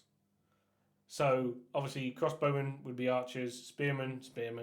Blackguard would be Phoenix Guard because they've got halberds. Cold War Knights would be Dragon Princes. Yeah, I was really tempted to do that and just be like, can I do this? And just be like, what? Just to kind of circumvent, because they can't say they're not GW models. And, you know, as long as you know what they are, proxy-wise, there shouldn't be a problem, right? Right? So, like I said, normally you wouldn't be dry brushing these with a big dry brush. So I'm going to kind of show you what I would do if there's a model on the base already, which is to use a sort of big brush and sort of drag this flat side of it across to pick it up. We're using Carrick Stone on this one because it's quite a nice neutral colour. We're just going to drag that across, picking up a little bit bunch of the detail. Again, less is more. You want a very little amount of paint on the brush and just build it up and up and up and up and up, because you can always add, you can't take away. So yeah, there we go. That's the effect we're going for. Pretty simple, pretty easy. So that's that done. Again, I've realised every time I thought I brought everything, but I don't have the one for this, which is Zamizi Desert. Zamizi Desert is our intermediate for this because it's more of a yellowy colour. I think I'm going to try and cheat a little bit with some Zandri dust and see if that works. It's right. If it doesn't look as cool as I wanted to, that's because I'm using the wrong colour, and I should be using Zamizi Desert. But we're going to try it with a little bit. Actually, I know what we can do. I'm going to with Avalanche Sunset. What we're going to do is we're going to put a tiny bit of Avalanche Sunset into our Zandri dust. Make a vague approximation of Zamizi Desert, he says. Cool. So, again, first layer. We want it to go over most, if not all, of the areas. So on this one, we don't worry about the rocks because we're going to come back in and repaint those rocks because we actually want them to stand out and be a bit of contrast. So yes, we come in here. We've gone in. We've got quite a heavy colour. We want to make sure we come in from all the different angles as well. So again, if there's a miniature on the base, right, if it was across here, you want to come in across sideways, but if you want to try and come in a bit from the front as well. So we've picked up the sand for as many different colours as we possibly can. So there we go. Sadly, our bases over here haven't quite dried yet. But these dry, thankfully, when we're doing these dry brush stages, they do it really, really quickly. So, counterintuitively, the brighter dry brush is going to go on the darker model. Actually, well, no, I say that, that's for the other ones, I'm getting confused now. This is where I tend to leave my bases for my wood elves, but we have a couple more steps to finish the base overall. I thought I picked it up. What have I done with it? What have I done with my pot of basing? Have I left it at home? Oh, I'm all of a tither today. Yes, normally I would put some static grass on these guys, on these bases, so just use a bit of PVA glue, dab on some various areas, like we did with the night goblins last week. A few areas, and then scatter some static flock on it, leave it to dry, brush it off. Jobs are good. But unfortunately, that is yet another thing I forgot to do. So, as for the sort of standard 40k base, trademark, do you ever bother putting... No, I don't bother. To be fair, I hardly ever put varnish over anything. If you're going to varnish a model, I would recommend doing it once the base is completely finished. If you're going to put if you're going to put flock or grass tufts or whatever on it, varnish it before that and then put your grass on it, because sometimes the varnish goes a bit weird. But when it comes to, normally I don't varnish things because I've had a lot of bad experiences with varnish in the past, and the one really good one, Testor's Dull Coat, doesn't exist anymore. So we're going to go back over this one with some Ushabti Bone. He says, going over where you can actually see what I'm doing. Again, normally I'd be a lot flatter to the base than this because we're trying to avoid hitting the model, but we're just trying to pick up the very top and just change the tint to a more sandy colour. And there we go. So that's the basic 40k base nearly done, but unlike the other bases, I want to make the rocks stand out here. So what we're going to do is we're going to go back in with some Dawnstone and repaint the rocks It's always better to do this after the dry brushing stage, as you can imagine, because otherwise you just end up dry brushing the grey. So we're going to go back in, we're going to dry brush that. We're going to do it on these two as well, I think, because I'm going to want to do these. One of the things that somebody's going to recommend about myself for base model. Yeah, again, I used to try and use GW varnish, and the amount of times it's just messed up the finish of the model. I'm just afraid now, because I've tried it so many times and it mess up models that I've spent hours and hours and hours painting. I just don't want to trust it anymore, and I don't think it's necessary. If you handle your models carefully, you don't just throw them in a box. It's usually fine. It was a lot more important back in the day when we had a lot of metal miniatures, because metal miniatures paint used to chip on those things all the time.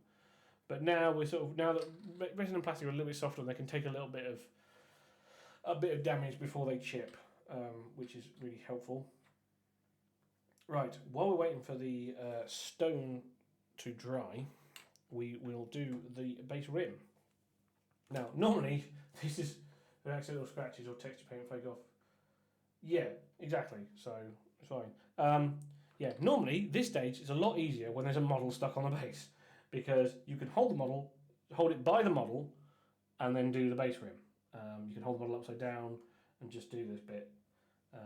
I use Steel Legion Drab for most of my base edging, because I think it helps things blend into most battlefield, like most mats and things like that. A nice sort of light brown. It fits even on like an urban. If you've got like an urban style basing, a bit, it helps. The other one I tend to use is Storm Vermin Fur. If I want to go for a real sort of, like I said, a real urban or rocky environment, I like that as a colour because it stands out away from like the grey here. I've used it on bases like this. So yeah, that's one. Oh, and you go into the grey there. We don't want a grey edge of the base. And then our standard 40k base. We can just see. Also, you can use it to hide these big thick bits of dry brushing over the edge, which helps. So we're going to go over that. We've got it mostly all the way around. Normally these do require 2 coats to really make sure it's nice and like fully covered, so you can't see the sort of black of the edge base rim showing through. Alright, just for me, yeah, that's fair. You basically, yeah, I've had this argument with a lot of people over the years. Like a lot of people, I had some friends who would always do a black ring to kind of separate the base from the model, from wherever it's in. But I've always been a fan of coloured edging, whether that be your classic goblin green edging, or like I said, even for these sort of dark bases here, Storm Vermin Fur is just the most awesome colour for that. You can use Zone of Dust, you can use whatever you want. But I think, like I said, for me, I like Steel Legion Drab because I feel like it covers, it's a really neutral, yeah, same. It looks 100% pleasing to me too. So yeah, this is where, so that's where, but you can already see, so I'm going to be careful not to why I've put these down, I do not know, whilst they're drying still. I'm so used to having them with models on. I'm not used to being able to, but I'm used to being able to pick them up. Let me just quickly give it a blind.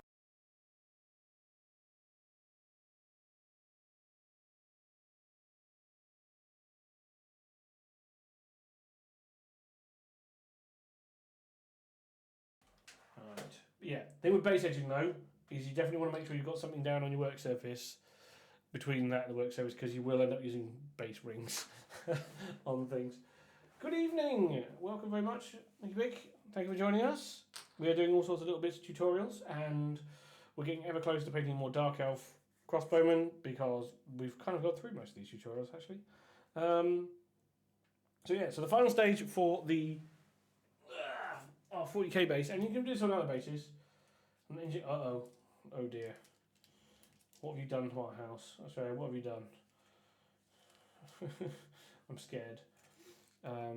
Right, so the final touch that I like to use for basing, especially my 40k bases, is grass tufts.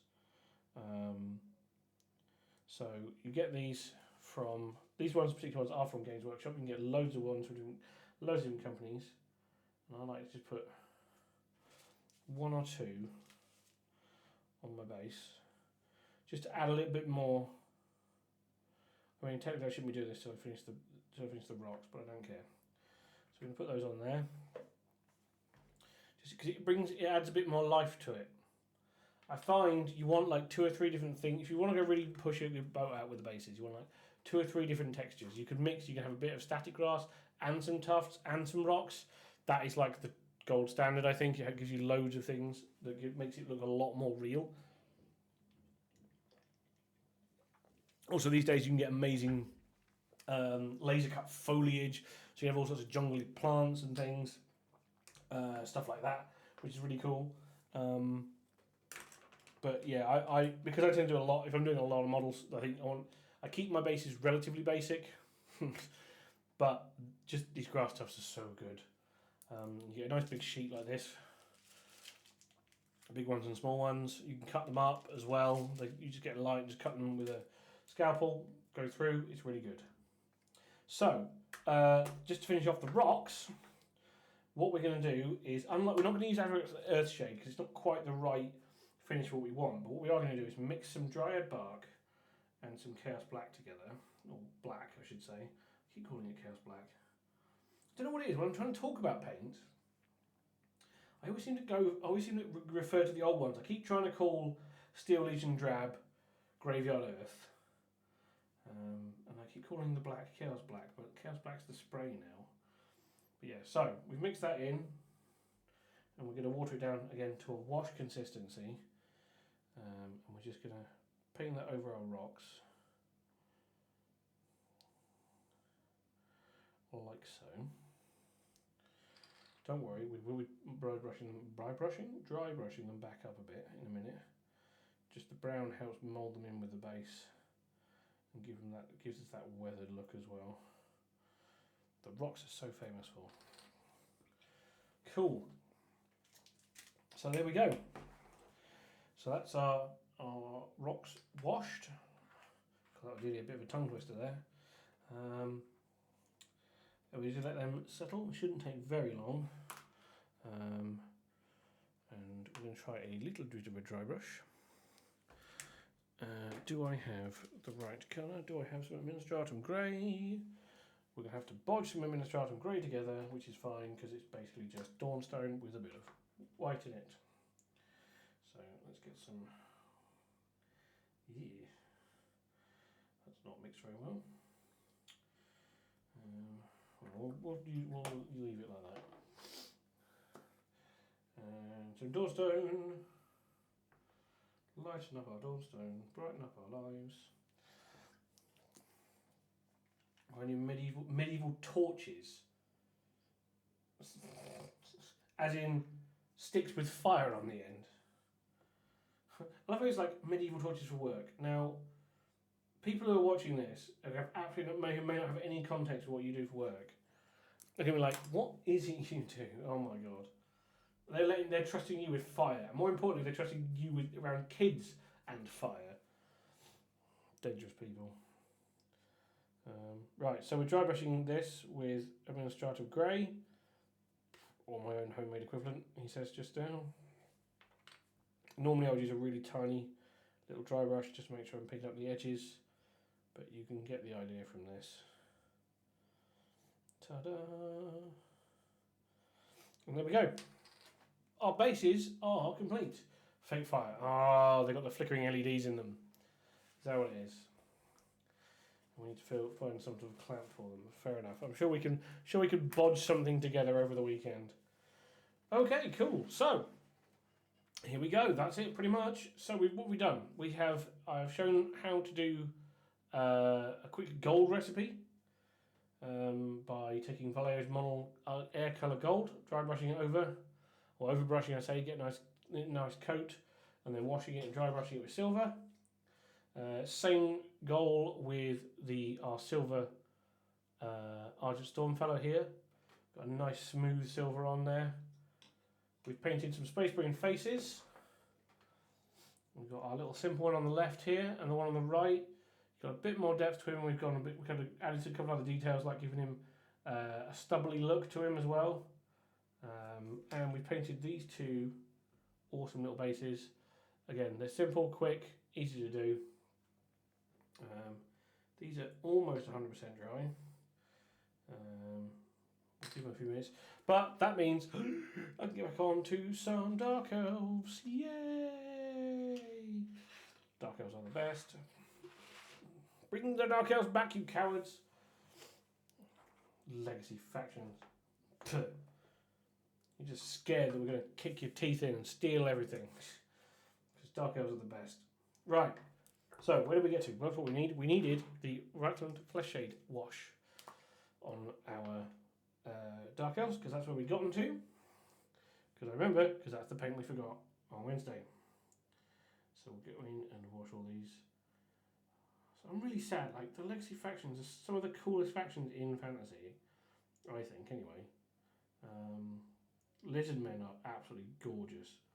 Like I said, with the new models, that's, I think, well, again, this is the reason why I think we don't have them, is because of the politics of being like, oh, well, they're for Age of Sigmar. Why can't they be for both? Why can't I have my lovely lizards or my lovely elves? Because, I mean, the Dark Elves don't even really fit into anything either. They're not even really properly part of Cities of Sigmar. They're just sort of remnants.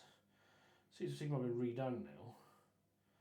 So, here's hoping they quietly disappear when the new edition of Sigmar comes out. And they finally get allowed to roam free in the old world, as they were always intended. Because that's what I want. Yeah. So we're going to make sure we got to let the Reichland Flesh Shade here pile up into in between the fingers especially, because that's where we want the real definition on the hands here. Oh. So yeah, right. Oh, it's that time again. I think I need to shout out all the wonderful, exciting things that is happening over on the Onyx Dragon Gaming Multimedia Network, as it pretty much is now. Because I said before, down below you'll see a lovely link to our brand new Discord server, where you can hang out with other friends of the channel and chat away about all things hobby, or anything really. We've got a nice place for you to show off all the cool things that you guys are working on at home, as well as we'll be putting all our announcements, all the things we'll be doing, or when our videos go live, both on YouTube and when we're going live on Twitch, so you guys know and stay up to date and never miss an episode of your favourite painting channel. Speaking of which channel, we'll be YouTube. I'm hoping to film some of these tutorials again, but a bit separately, so they're more consistent to each one. So one base I've finished on, I'm still not sure I feel a bit later. Shiny glitter of different colours. Ooh, for Kairos. Ooh, yeah, I can see what you're going for there. I think if it was me, I would have tried to find some really small glitter, like really fine stuff, and mix it with the sand. I could, but the problem is I realised that I have bounced back and forth between so many things, where I was doing one layer here, one layer there. I think if I was going to do it, I would come back in and set this up and just do each tutorial separately. That was my original plan, was to be cunning use of the VODs, but I think I may have jumped around a bit too much. So I will endeavour to do a quick film session where I just come in here without the stream, record a few bits, and then edit them up. But for those of you who joined us here, you will still be able to watch, obviously, this video. Will be on both Twitch for a while, because until I hit affiliate, they disappear. That's the other sad part about not being affiliate yet, is after 7 days, my VODs disappear, which makes me sad. So I'm desperately trying to make sure they go up on YouTube. Wednesdays should have been up already, but unfortunately, because it was in Studio B, we didn't change the settings, so it recorded in the wrong format. So I'm trying to find a video converter. The wonders of technology, eh? The wonders of technology. It's not as easy as they make it look on the internet, I tell you, with their professional editors and their polished setups, and their experience and God-given talent, the bastards. But we make do with what we have. We try to get better every day because it's the only way you learn, really. So we've got the Reikland flesh shade on all of these fellows. Yeah, it's so quick to do. So cool looking. I do love my Dark Elves. So, for those who weren't here on Wednesday, this is what we're aiming for. This is the final product. I haven't based it because, for those eagle-eyed viewers, this is an old 20mm base, which are now dead to us because we've now moved up to the far superior 25mm square base, which means that ranking them up is actually going to work. Because you can see when I do this how close these guys are to one another. Just a few extra millimeters on every side is just going to really make. They're still going to look like they're all ranked up together, but it's going to be just enough to help them sit together better on their movement tray, which I'm desperately trying to print out with my 3D printer, which is sadly only big enough to print 10-man bases. I need to find somebody who's got a bigger printer and ask them very, very nicely if they would print me some bigger base regiment bases. Right, so let's see if any of these are actually dry yet. He looks like he's dry. So we'll go back in with our Kenyan flesh tone. Again, because it's a skin tone, we want to sit it right down. And we're going to have a go at it. So the question is, are there any other tutorials? Now we've done the gold, the silver, the Space Marine face, and the basing tutorials. Is there anything else that anyone wants to see? Any sort of specific colours that you'd like you struggle with? You'd like to see how I do? Either to laugh at me and my incompetence in painting that colour, or to genuinely find out what it is how it is that I paint it. Feel free to leave a comment below, and we will have a look at that and add it into our next tutorial stream. But for now, the teaching section is somewhat over because we're going to be getting into. We want to see if we can get these crossbowmen finished now, because we nearly could have finished them on Wednesday, but unfortunately we didn't have the Reikland flesh shade we needed. But I've remembered it this week. Forgotten hundreds of other things, but I've remembered the Reikland flesh shade, and that's what's important. So we are going to try and make a push to get these awesome Dark Elf crossbowmen finished. I said I absolutely loved these models when they came out. I was a big fan of the 6th edition Dark Elves. That's where I did most of my playing for Dark Elves was in 6th edition, and the combination warrior kit there was kind of cool, but I always liked the 5th edition ones. Like the 5th edition warriors always seemed a bit cooler to me, where they had these details on the helmets and things, and the chainmail with the cloaks over them. And I'm so glad that when they came around to doing these for, I think it was the 8th edition release, that they went back. Because it's one of my things I like overall about a lot of more sort of recent GW miniatures is there's a lot of throwback stuff where they kind of go, look, we've got the technology now, we can do so much more with it. But I like the fact that they throw in design cues from editions past, just rather than just completely redesign things.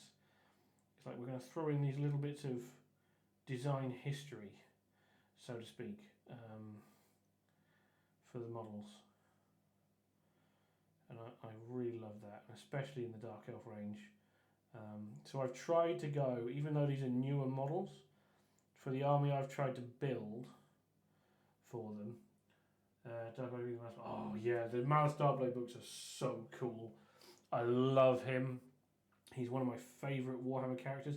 Actually, no, he is my favourite character in the whole of the Warhammer universe. Tyrion and Teclis are up there. But yeah, Malice Darkblade's so cool. Especially I really wish that they continued the books. So originally, for those of you who don't know, Malice Darkblade originally debuted in Warhammer Monthly. Back when that was a thing. That was like Warhammer's first comic. And his adventures were awesome. And especially, actually, like the first book, because they divided them into book 1, book 2, book 3, and book 4, I think. The later books were really cool, which you really got to see. That's when he got back and started taking over things in various parts of Daggerhoth and sort of rising through the ranks. But sadly, we don't get to see that in the novelizations, because they then came back and redid the whole of the first book of the comic as a series, as a book series, and sadly, we didn't get some of the much cooler stuff that was in book 2 and book 2, 3, and 4, where we get to see Malice being his utter badass self. And also by badass, I also kind of mean really evil. Yes, they did such a cool job. I've only ever seen the trailer for him in that, where you've got seeing him with the Zarkan version of him.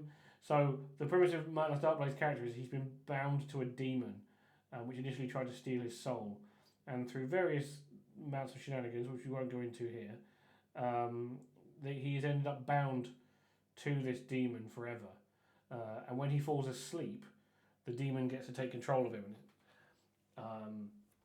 And when they brought him into Total Warhammer, and I absolutely love the visuals, because they made a real clear, distinct. It's not just Malice, but with sort of black eyes or whatever, his usual sort of possession trick. They really went all out and sort of. He's got like white hair, I think, and yeah, he's looked very slightly Slaneshi as well. I think he just looks so cool. It's the one piece of DLC I need to actually buy for Total War 2, because he is, like I said, my favourite character of all time in fantasy, and he's an utter badass. So badass, in fact, he scares the demon. My favourite line is when he's retrieving one of the artifacts he needs in the first book, he ends up killing his dad to take it, and he's literally like, the demon's trying to talk to him on the way out, and he's like, Malice, did you just kill your father for that dagger? And Malice is just like constantly just says, shut up, demon, all the time. And he's like, Malice, you scare me sometimes, and I'm a demon. Scarbrand, yeah. Contact with the enemy being the only and best. Oh yeah, this is definitely the character we're naming our cats after. And his Colburn Spite is his companion. Yeah, we're going to have Malice and... we want 2 cats, and I think we're going to call them Malice and Spite, because Malice is the best. And I think his temperament fits that of a lot of cats. So yeah, that's why I want to name our cats after Senior Darkblade. Spite was the best boy. I'm not going to read what happened to him in the end times, because they did him dirty. Because the other part of the prophecy thing was one of the artifacts he wields is the Warp Sword of Cain, which is supposedly prophesied that whoever had it will end up leading the Dark Elves. So Malekith is not the best, and is very much pleased. And that was something that was percolating in the background, that Malice might rise up to challenge him. And then when they did the end times, they were like, that's it, everyone threw all the toys out of the pram. They did a really crappy novel where I don't even know 100% what happens. I refuse to read it, because I just heard such bad things about how they did my boy dirty. The end times of Warhammer is not one of my favourite periods of Warhammer. a few things that loosens his grip on him to by holding it. Yeah, exactly. But yeah, no, I can't. The old, yeah, that's a long form rant at some point. In fact, I think it's gonna be less a long form rant. I think we're doing it as part of our podcast over on the Lazy Dragon Experience, on where you can find all wonderful podcasts. Yeah, I think we were actually saving that up for an episode. That is an episode where I will have strong opinions. The thing was, they started the end times off so well. It was so cool. The way that they brought back Nagash, the supreme necromancer, and because they did it by killing Tyrion's daughter, they set him on a path to sort of ruin by forcing him to make a choice to draw the sword of Cain, like his ancestor did, under those very same conditions. Oh, and Nagash was absolutely stunning. He was one of the first massive Warhammer centerpiece models as well. Because because I remember when it came out, everyone was like, "Oh my god, that's enormous!" And it was like, yeah, that was the first real huge model we'd gotten in the fantasy setting. Obviously, later on we then get on AC where we get Archeon, who I think is still the single biggest, at least tallest miniature in the GW range that's not resin. I can make that caveat there for the people about to go, oh, but what about Titans? No, he's the single tallest model in the core GW range. And it's like, he is such a gorgeous model. And again, the story arc they had to have him come back, because that's the thing about Nagash, is you can kill, or you could back in the day. You could, in theory, kill Nagash, but because he's a lich and he's physically bound to the mortal plane. Yeah, such an awesome model. So in order to kill Nagash, technically, you have to destroy his body. You have to find the Crown of Command and destroy that, because that's what did in for Azag the Slaughterer. Was it had Nagash whispering in his ears, even though he didn't know who it was. You've got to find his hand, because apparently that's somewhere. I think from memory serves, that's locked up in one of the colleges of magic. I want to say the College of Light. But yeah, that needs to be destroyed. And more importantly, you've got to blow up the Black Pyramid of Nagash, which is still in the middle of Khemri. So yeah, getting rid of Nagash once and for all, not easy. I love the fact that if he dies, his remains just slowly trickle back into the pyramid until he reconstitutes, which happens every sort of 1,000 or so years, and he just comes back. And he would have gotten away with it too if it wasn't for those meddling Skaven, because that's the other funny part. It's the one bit I did like about the some of the lore I was reading for Azimar. Yeah, it's made of black warpstone and stuff. It's freaking nuts, that pyramid. So yeah, it's not exactly easy. One of the bits I did like about some of the lore in Age of Sigmar is when he tries to enact his grand plan again to stop any soul going to the Chaos Gods. He's got this amazing, big plan going, and he's sort of split his consciousness into all these little avatars so that he can, perform the ritual and do all these things. And so he's trying to enact this mighty, mighty magic ritual, and the Chaos Gods literally come to him, and they're sort of in the sky staring down at him, and he's sort of swearing at them and being like, "Aha, I finally defeated you," blah blah blah, and then they start laughing, and he's like, "What's going on? What are you laughing?" And he's sort of looking through his little different avatar's eyes, and of course it's the Skaven. They're literally gnawing on the underside of his big sort of pyramid architecture thing he's got going on in the Realm of Death, and ruining it all again. And it obviously collapses and doesn't go the way. It sort of semi-succeeds but semi-fails as well. And it's just like classic Nagash. Massive, mega indestructible spell, all timey death. ruined by some loathsome rat men. Which makes me laugh that even in the new world, even in Age of Sigmar, he's still being ruined by a bunch of rat men. Oh, excuse me. Give me 1 second. Oh, I think I've got a cold coming on. That's annoying. Yeah, but one of the other things I've noticed as well, speaking of going back to Dark Elves, not Dark Angels, Dark Angels on the Brain, is apparently, so when they did Fantasy 2 Age of Sigmar, they renamed a bunch of characters. They renamed one specifically. They renamed Malekith, got renamed Malarian. And it seems to be interesting that they have reverse retconned that into the old world, and he is now Malarian in the old world too, which is weird. I've heard rumours it's to do with like copyright stuff and all stuff like that, but like, why? It's a name. Yeah, exactly. That was my thing. Why does it matter that something like that? He's Malekith. There's a Malekith in Marvel. Does that matter? There might be a Malekith. I don't know where other Malekiths are. Somebody have to Google that for me. But yeah, I'm just like, does it matter that it's not a completely copyrightable name? I just want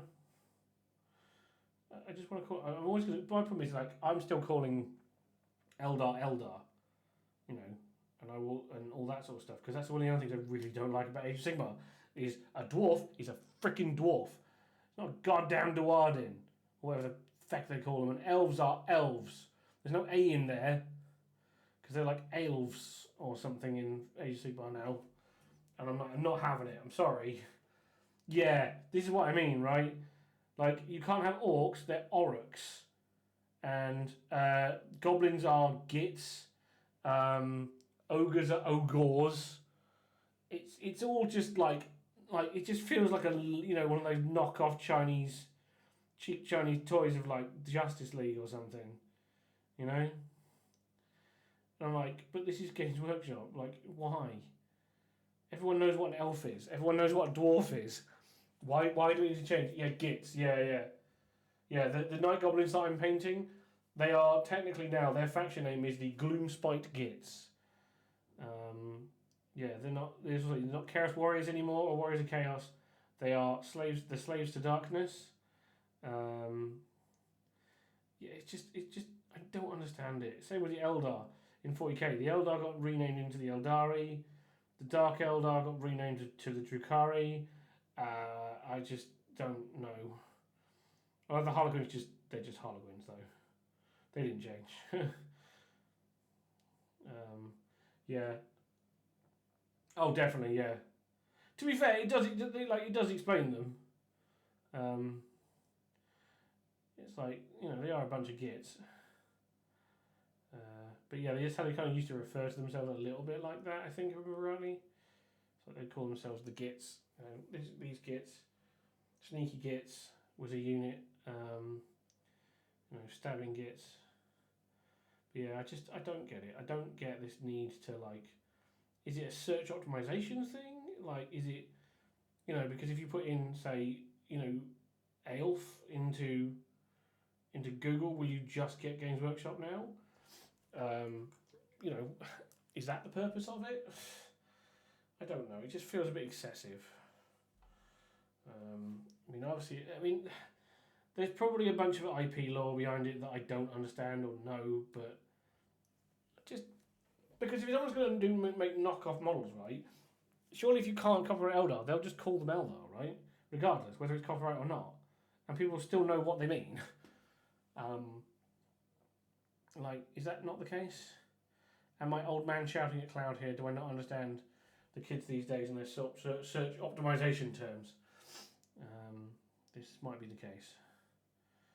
But maybe one day somebody will take me to one side and explain. America, please explain. But yeah, that's sort of a mini rant there about like one of the reasons why I don't like Age of Sigmar is their stupid renaming of everything. Like, yeah, it's even down to the stage where like you can't call a tree man.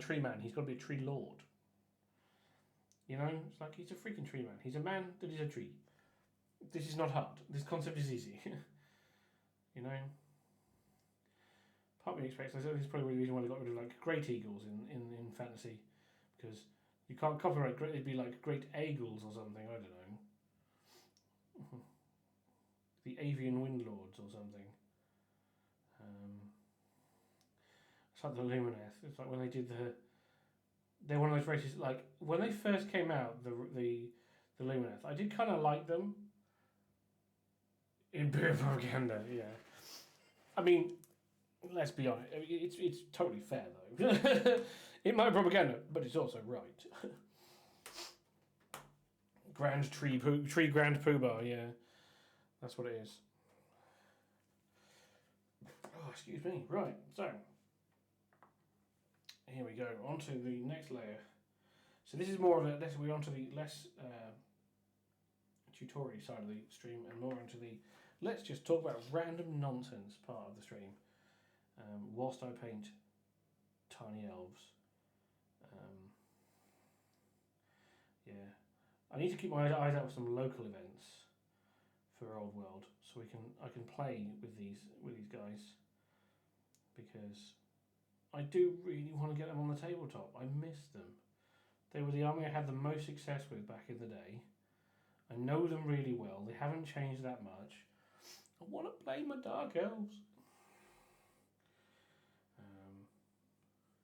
And yeah, as for this event in April that I'll be going to, and hopefully I will see some people there. If you're also planning on going down, that would be great. But yeah, we're trying to decide between taking the night goblins that we will I said we will hopefully have by then. He says, still waiting. Or if I can try and negotiate or find, maybe if we get Ben on it, get Ben and his great ability to find things onto, seeing if he can find me a box of Wood Elf Dryads, or Sylvaneth Dryads, or whatever the frick they're called now, Drinods, or whatever. Then we can do Wood Elves, because I think in terms of effectiveness, Wood Elves are obviously going to be better, because you don't take make a poll. I don't know how to do that.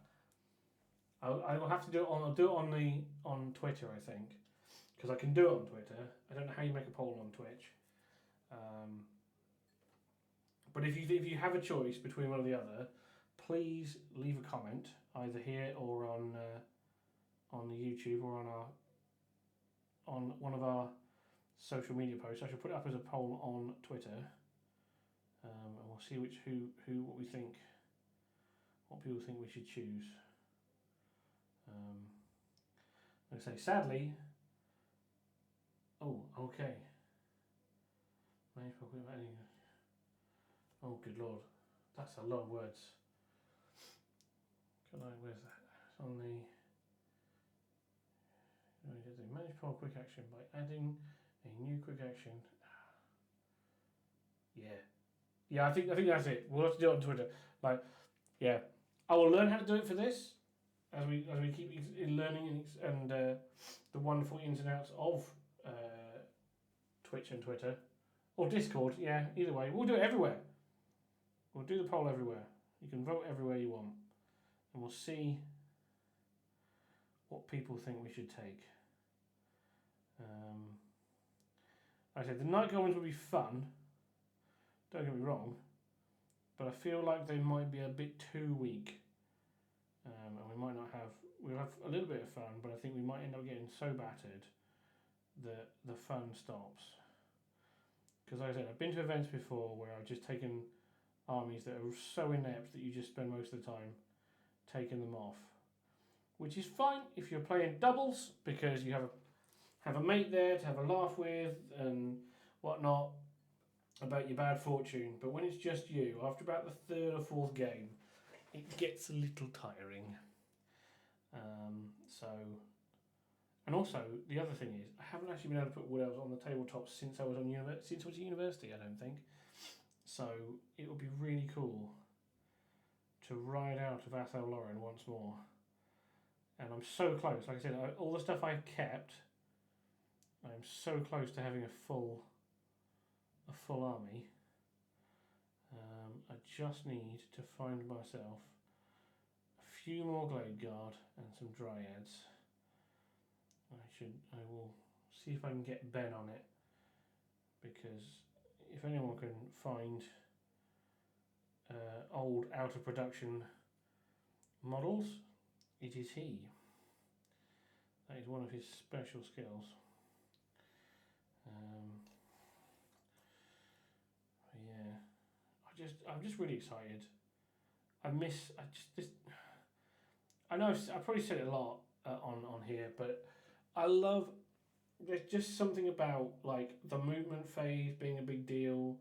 You know, making sure you've got things in the right arc, ready for either to receive. You know, either to make an awesome charge in the next turn, or to try and prevent a devastating charge from your end.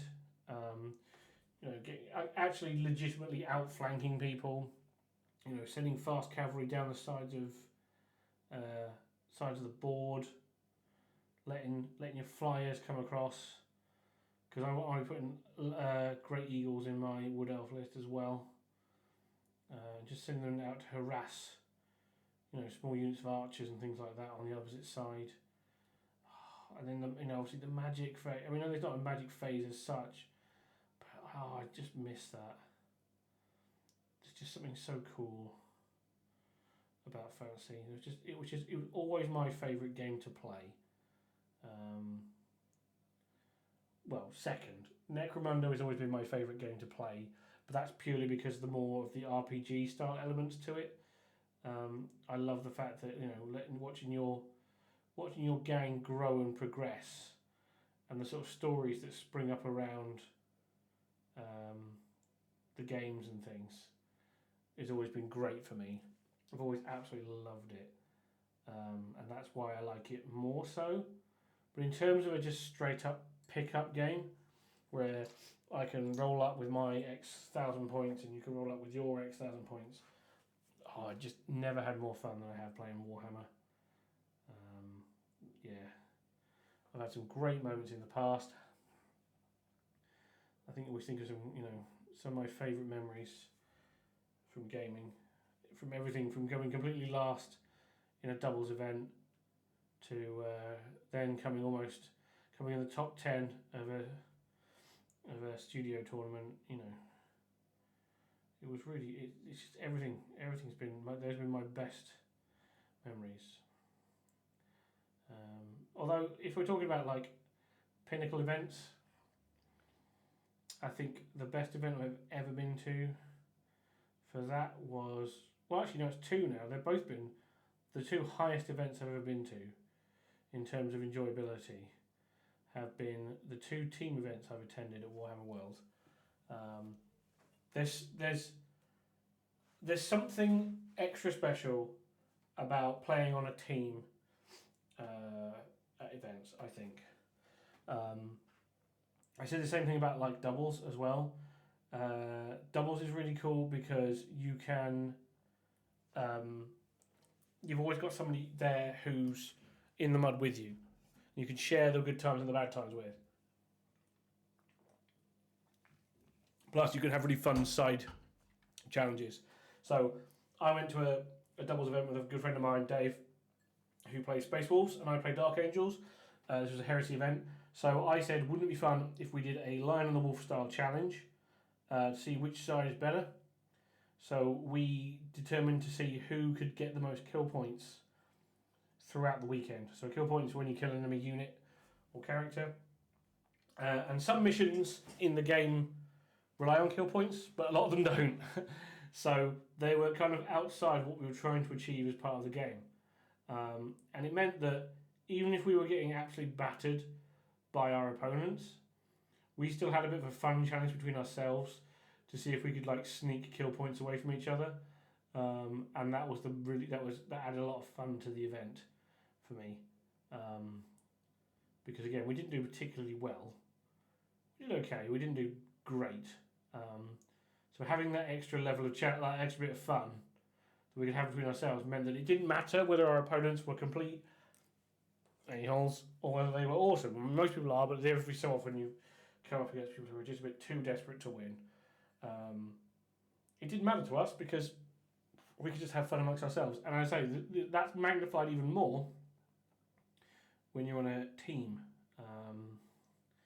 And for me, yeah, the 2 team events I've been to have been the best events I've ever been to. We went to one last year for Horus Heresy. That was the one where I was the dedicated demon slayer, taking my Dark Angels, getting confused again. My Dark Angels with Lionel Johnson were the dedicated demon slayers because it was the first event where the demons list was going to be legal, and a lot of people knew it was a really tough list to beat, just because it's got lots of massive creatures that were really hard to chew through, and I had to face them. I think I faced some demons at least in all 3 of my games. Sorry, all 4 of my games, but the 2 biggest games, because the way it worked with the team games was you had four boards, ranging in value from 10 to 40 points, and depending on which side won, obviously we'd get those points depending on the value of the board. But there were special, you could buy extra resources and stuff with the sort of currency you could earn throughout the weekend. And one of the things you could do was to double the value of a board. So, you know, you'd go from 40 to 80 points. And I got put on the 40-point board against demons twice, and it got doubled twice. Once by us, once by them. And oh man, they were some of the best, most intense games of Heresy I've ever played in my entire life. They were. I came out shaking like a leaf. I managed to win both of them, which was awesome, mostly due to the awesomeness of our Lord and Saviour Lionel Johnson. Because you're a god, I do not regret the pressure I put on you. See, that's basically my team captain. I appreciate that, bud. I know I put myself down a lot when it comes to my gaming, mostly because of my dice curse. But no, those games, you did have faith, and I did pull through, I have to say. I appreciate the faith you had in me. I did know what I was doing. I think it's because this is the first time in almost a decade, where I think I'd taken almost the same army to 2 events in a row, 2 or more events in a row. So by that point, I'd been playing Dark Angels for almost a year, so I actually knew what I was doing with them. Shock horror.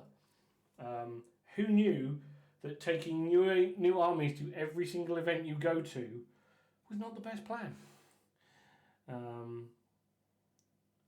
So yeah, that probably did help a little bit.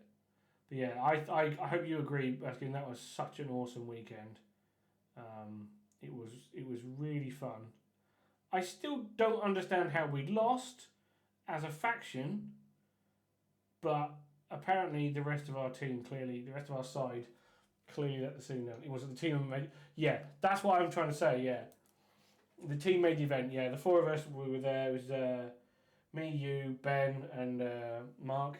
We had such a great time. We had a lot of great fun banter in between the team, as well as, you know, between us and other teams and things. And it was great. I think I said that's what makes the team. That's what makes the event. So I would definitely encourage. Yeah, we scored enough to 2.5 points with the teams. Yeah, that was quite scary. Yeah, I managed to score like 180 points on my own that weekend, which is, yeah, freaking scary. But yeah, we pulled our weight and then some, didn't we? Just, you know, clearly didn't follow the light of the lion, and that was their downfall. Yeah, no, that team event was absolutely epic, and now whenever I get the pings on my phone, whenever I get the emails through saying Games Workshop announced a new event, I always search to see if there's one that says the words team on it, because they are just the most coolest thing about the best events are team events. They do them. They don't do them very rarely at Warhammer World, but whenever they do, I try and make sure I'll instantly be like, "Who wants to come? Who wants to come?" Because they're my instant go-to. The Tale of the first event we went to is even crazier. So we went to the first team event we went to was a 40k one, and the idea of that event was you played, I think it was two games individually, then you played a doubles game. So you paired up two into two pairs, and then on the second day, it was just you had a massive like apocalypse game between two whole teams. So we built our list around going for the apocalypse game, and we called it Team Stompy Death, because it was at the time I had my last Phantom Titan. We had a Phantom Titan, I think. What else do we have? We had a Phantom Titan, two Revenant Titans, or a Revenant Titan. Yeah, we basically had quite a lot of giant. We had like knights and all sorts, and that was our plan. So we decided to call ourselves Team Stompy Death, and we went down there. We had such great games in the first day. We played. I played Eldar. I didn't win my first two games because I didn't really know the army list very well, but I had a lot of fun, and my opponent did as well. And then we came up to the doubles game, and I doubled up with Ben, and we played Knights versus an Eldar sort of flying circus list with a bunch of Eldar flyers and a bunch of stuff on the ground. And the funny thing was, we ended up killing everything on the ground really quickly, and then we spent the rest of the game desperately trying to shoot Eldar flyers out of the sky with heavy stubbers, because they were the only weapons we could target their flyers with. And again, it was hilarious. And so the next day we turn up, and we're told there's an odd number of teams, so you guys are playing the staff team. And they said, look, because you're playing the staff, you can't score any points for this, whether you win or lose. So we were like, fair enough, like that's fine, we don't care. We've just come here to have a laugh, and we'd won the pub quiz the night before. I think that was the pub quiz where we only dropped a single question in the whole quiz. And yeah, we had a rollicking good laugh. We tried to come as well. We tried to come to win Best Sportsman as well. That was the main reason we'd come. So we lined up against the staff, and the staff this is back in the day, so the staff had raided the Forge World studio. The staff team had raided the Forge World studio. So I believe they had 2 or 3 Reaver Titans and a bunch of other stuff. And we were just like, oh dear. Because as big as a Phantom Titan is, it's also kind of rubbish in terms of game-wise. Or at least it was in that edition. Because basically that was when like D weapons were a thing. And the thing about D weapons is it doesn't matter how big they are in terms of their blast templates. It was how many shots they had. And a Reaver Titan has a lot more D shots than a Phantom Titan does. So yeah, so they battered 7 bales of snuff out of us. But there were some hilarious moments where I think we managed, the only point we scored in the entire game was when they blew up a knight and it fell over onto their warlord and killed him. They killed off our Phantom Titan really early on, and then after lunch break they were like, tell you what, you can bring your Phantom Titan back on in the second half, it's fine, but obviously you're not scoring points, so we bring it back and have a bit of a laugh. So we're like, cool, we'll do that.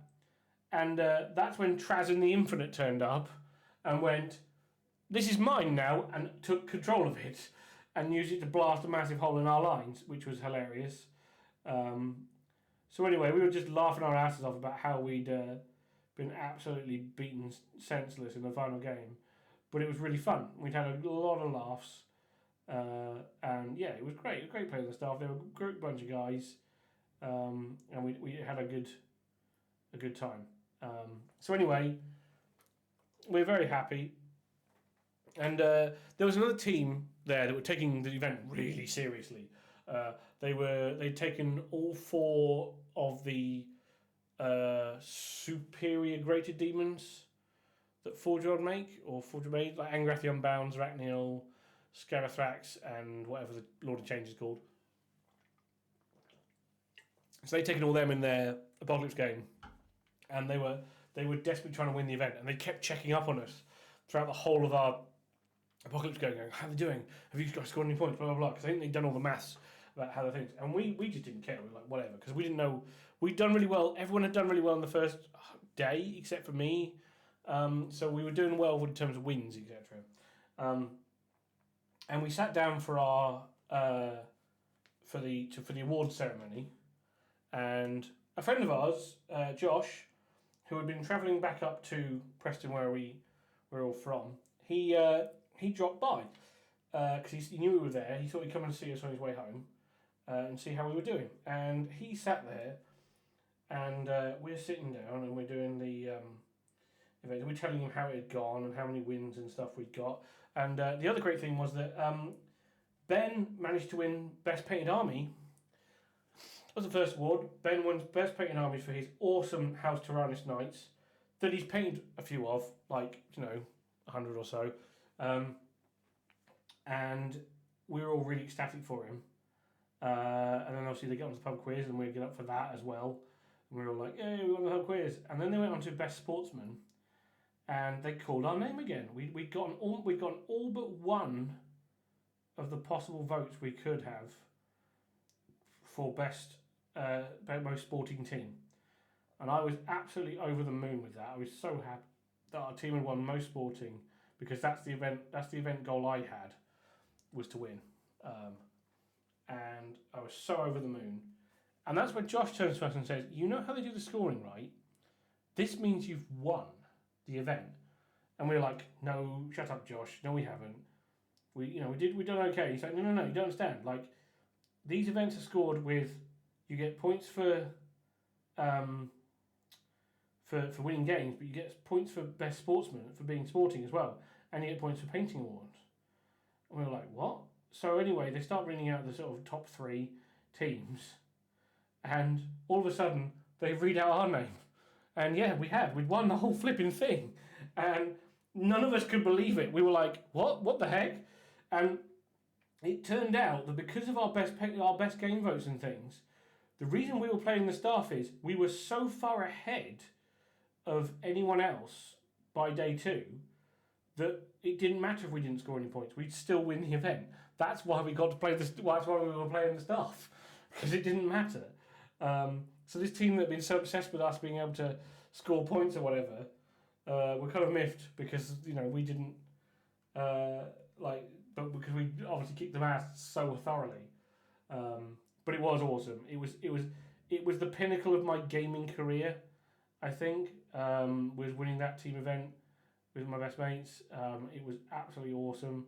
I remember coming back with all the certificate cards, and the trophy, the glass trophy, which still sits proudly on my mantle.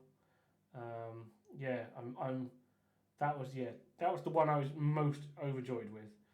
And like I said, that was the one that made me think, anytime there's the word team in an event pack, I am going to be all over it, because they're great fun, and it doesn't really matter what the game is that you're playing as a team. It's always going to be fun if there's 4 of you enjoying it. So yeah, that's my recommendation. If you ever want to if you've got a bunch of good friends who play this hobby with you, and you want to have a really fun weekend, find a team event at Warhammer World or another independent event, because they are just the best fun. And like Baskin said earlier, it's the team that makes the event. If you've got a good team together, if you're all there, and also if you're all going for the same reason, which is also a bit of a key point, you can have so much fun. But yeah, I've got so many tales. I love going to events. They can be quite stressful. I'm not going to lie. It's 2 days of quite intense sort of concentration and gaming and hanging out with people. And if you're someone like me who is autistic or neurodivergent anyway, it can sometimes be tough. I like to think of like I have what I call my social battery, which I use up when I try and socialise with people. And some days that battery lasts a long time, and some days that battery does not last a long time. But it helps if I psych myself up. I can go last a lot longer. So I end up psyching myself up for these events, and that helps. But yeah, they can be quite intense, but they're always something I look back on fondly. They're never one where I'd be like, I've had a couple come close to being like, I wish I hadn't come. But normally I also never go by myself. There's usually a couple of friends coming, so that always helps because like I said, you've always got a group of people you can hang out with. But I've also met so many people by being at events. By going to them regularly, I've met like a whole bunch of other, like you seem to see a lot of, especially with Heresy, you see a lot of the same faces at events, and you get to know them and they get to know you, and it's really cool. I met a bunch of people in the flesh for the first time that I've hung out with online. People like Miniatures Apothecary, who also has a wonderful stream on Twitch and a lovely presence on social media. He's a lovely chap. We met at the last Heresy event, which was really cool. That was his first event, I think. He was a lovely guy to hang out with and chat to. I'm looking forward to doing that again at another event soon. But yeah, I cannot recommend the Warhammer World events enough. They're not always perfect in terms of how they lay things out, run things. I'm not going to lie. I think sometimes they make mistakes and whatever, but they have feedback forms, and their dedicated team really take on board feedback of what works and what doesn't, and each event is always better. So, like I said, I can't recommend going to events enough. Like I say, if you get the chance, go. Yeah, this Old World one in April might be the first one I go to by myself, which is both exciting and nerve-wracking. But I'm taking the plunge. I think if I take my trusty headphones with me, which are my coping mechanism when I'm by myself in a big crowd of people, I should be okay. But if any of you are going to be there, it would be lovely to catch up. You can see my wood elves and/or night goblins. I don't get centralising myself in person. Sadly, not these guys, because these are renegades, and we haven't quite managed to break through that ceiling yet. Although, like I said, it's almost tempting to try and blag my way in and say, I'm taking them as high elves. They're just Nagarith high elves, that's what they are.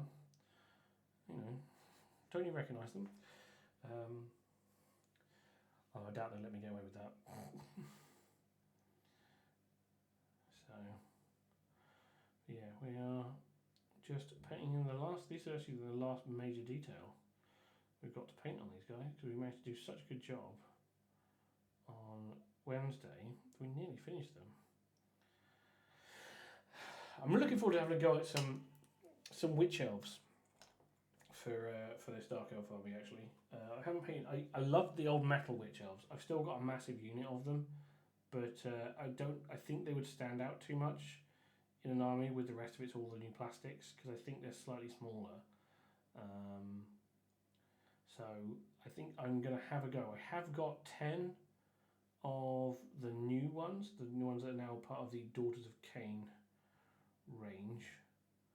And I think it'd be cool to have a go at some of them at some point soon, because obviously the thing with them is painting flesh is something I'm okay at. Painting female flesh is actually really hard for me anyway. because with men, they tend to have a lot more deeper features, right? Like they tend to be a lot gnarlier. Whereas females, especially on miniatures, to make them look very feminine, they have quite soft features. So it's a lot harder to get that to get a kind of layered look to them without either going overboard and making them look too stark, or just making it look like completely flat. So that might be fun to have a go at on the new plastics. I think new plastics, like they're not probably like 10 years old at this point. So that might be fun to do on stream if we don't get our goblins through the mail. Oh dear, hang on. Ooh. Oh well, we'll fix that in a minute with some black. You just run over the lips a bit there. So I used to be really scared of doing faces in helmets, just because of there's so little room to get in there. But actually, the other great thing about it is there's not a lot to actually have to paint, so you can kind of get away with a lot. You don't have to. You don't get not all the way out of the cheekbones all the way down into the cheek, muscles. So that helps. Saves a lot of hassle. It's the hands, I think, you've got to be the most careful on when it comes to painting models like this with helmets and things. So I'm trying really desperately to make sure that I keep that depth in between the fingers, because I think that's the most important part of painting these Dark Elf warriors. A lot of us have an issue with the Blackguard. They've got even less of their face showing, and they wear full plate gloves. The funniest ones to paint are the Harganeth Executioners, because they've got like these cool bone masks on, but the back of their heads are completely exposed, so they're only face masks. They've all got shaved heads and face masks on, so you end up painting the back of their heads and their ears, their pointy ears. They're quite fun. The Cold One Riders, the Cold One Knights are very similar to the Blackguard, because obviously they're wearing now they're wearing full plate mail, I should say. So excited about that.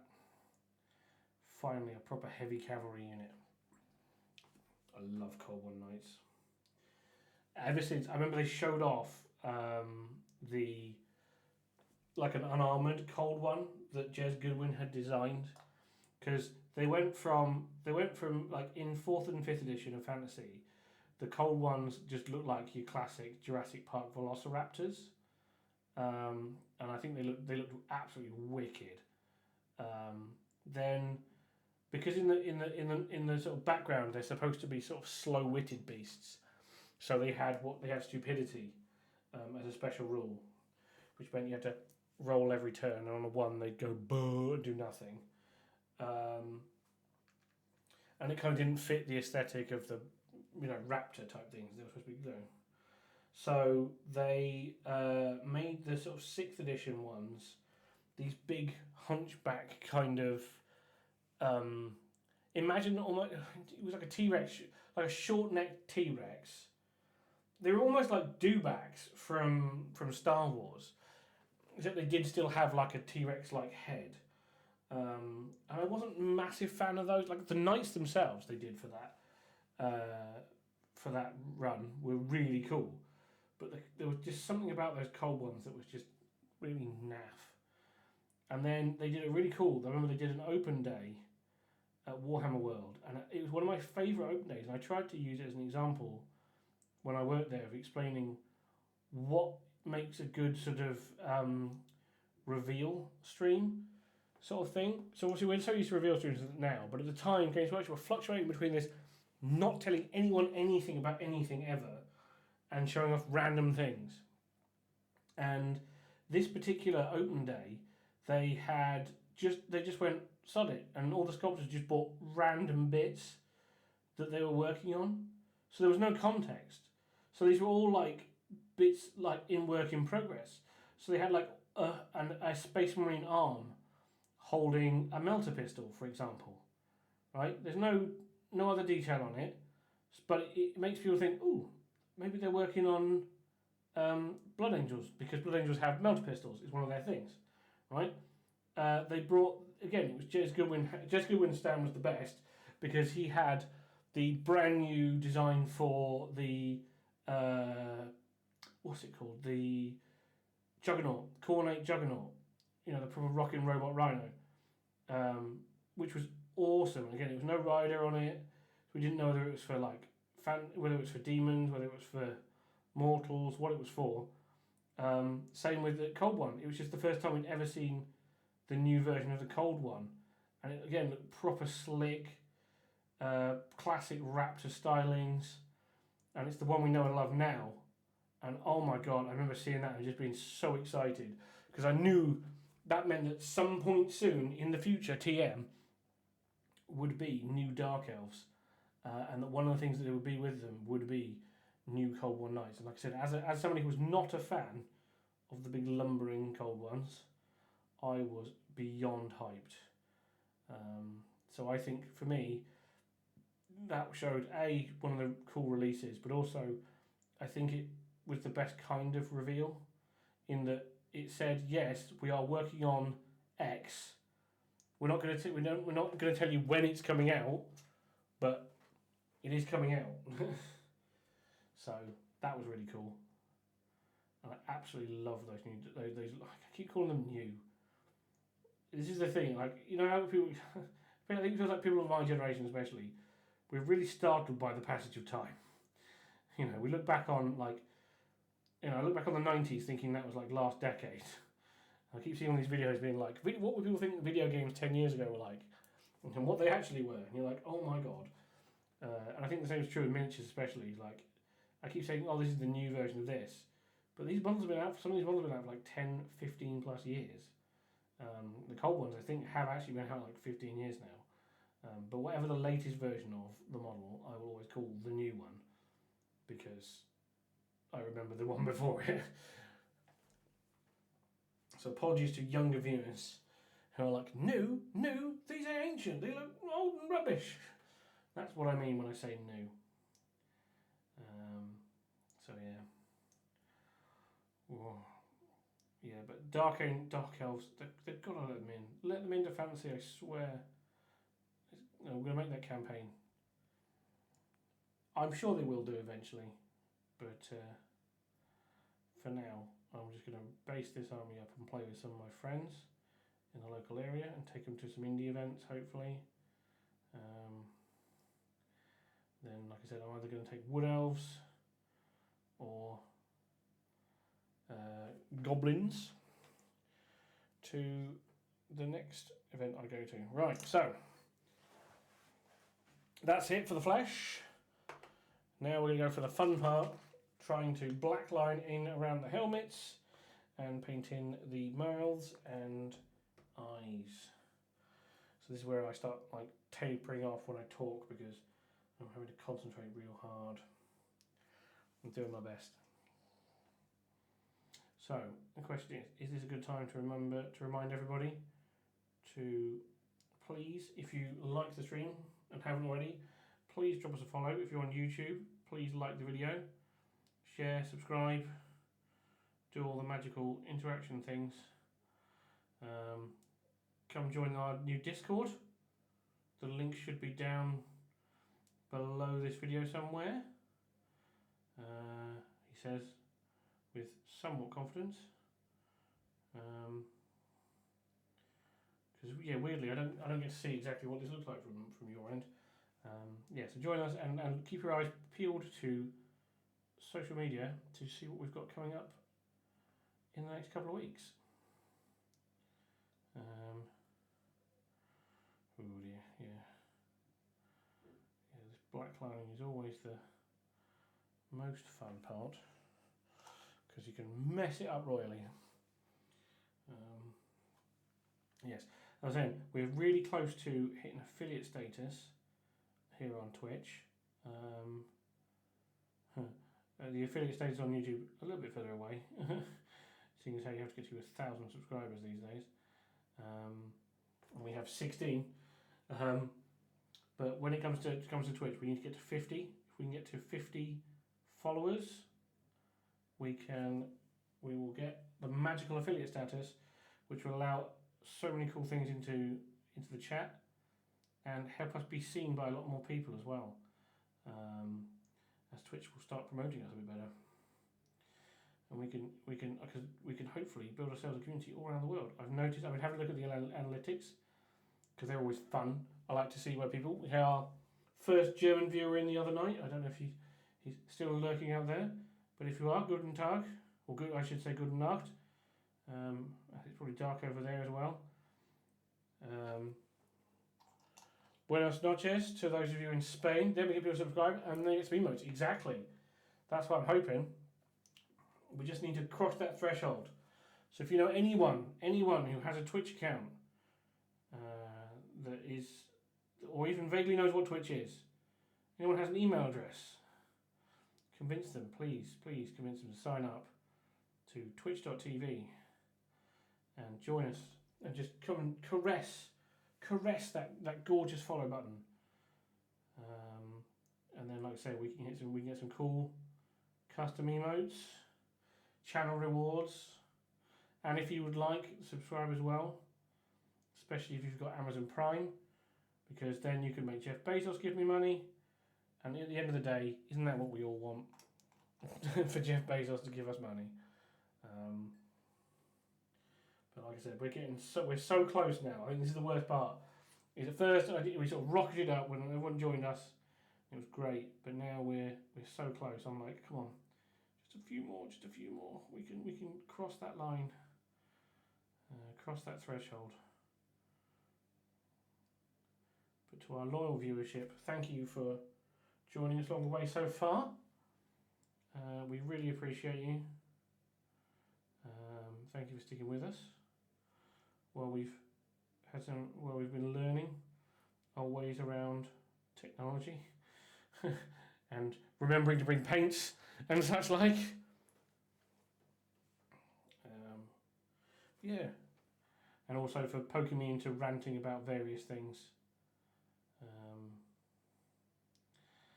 Yeah, I'll tell you what, that reminds me. One thing I want to talk about, Party Parent, is that some sort of mode that we can't use right now? Is that it? I was going to say, yeah. One of my, I don't say rants, it's more a discussion.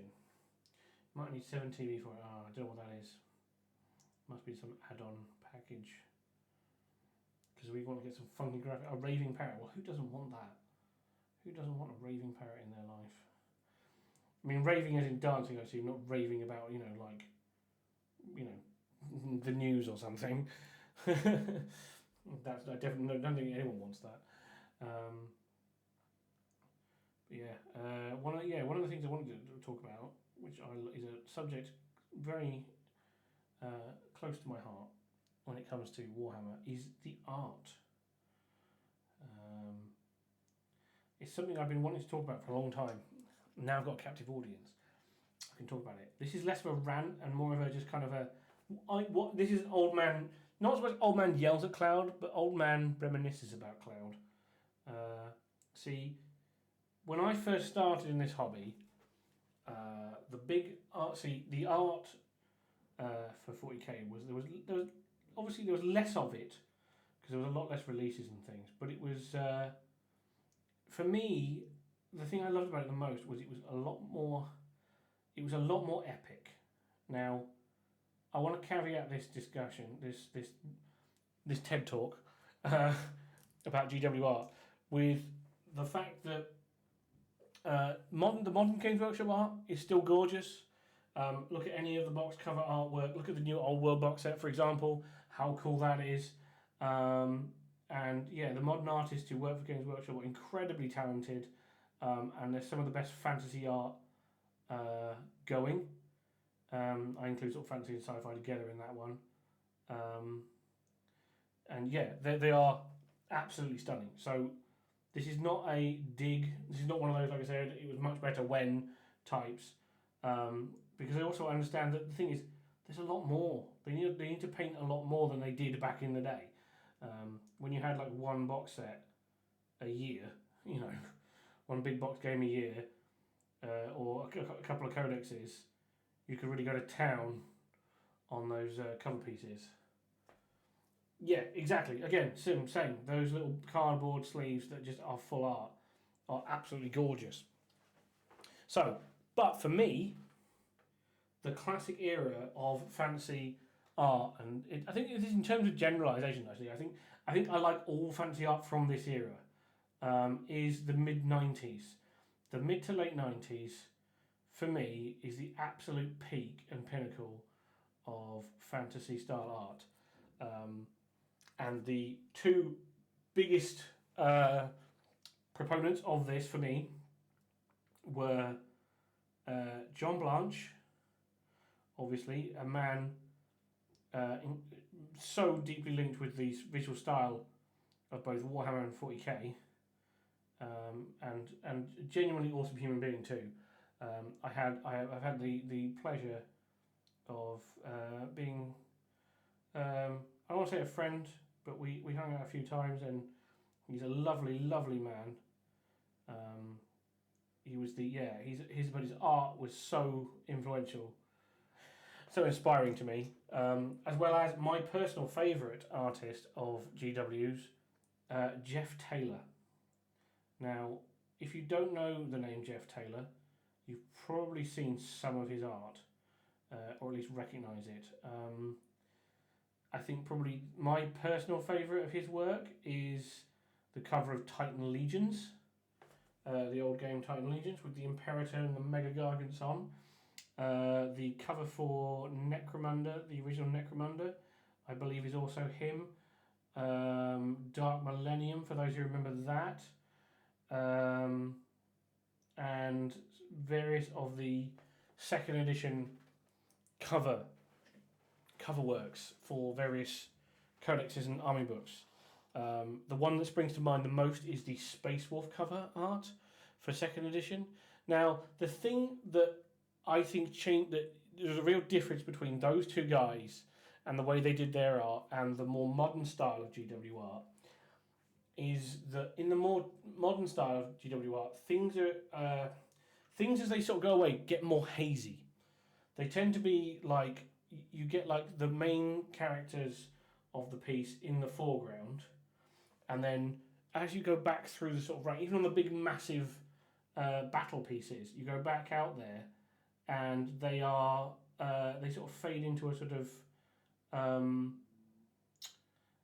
like a haze almost. And I've never been like I said, I'm not a huge fan of that. Like, I understand why it helps. You know, the painting time and whatever, and I get it. But the thing about that made Jeff Taylor's art and John Blanche's art so awesome was it went right back into the way distance. Like, we're talking way into the background. You know, like almost like you could see almost miles away. I remember, like I said, the Space Wolf art especially there's this great, awesome Terminator, Space Wolf in Terminator armour in the foreground. But you can see all the way in the distance is this massive mountain like structure of a hive city, and you can see all the lights in the city twinkling. You know, it almost comes alive, and the more you look at these pieces, and you can see so many cool things in the background. And yeah, for me, that's the thing I miss the most about that style of art is the sheer scale, right?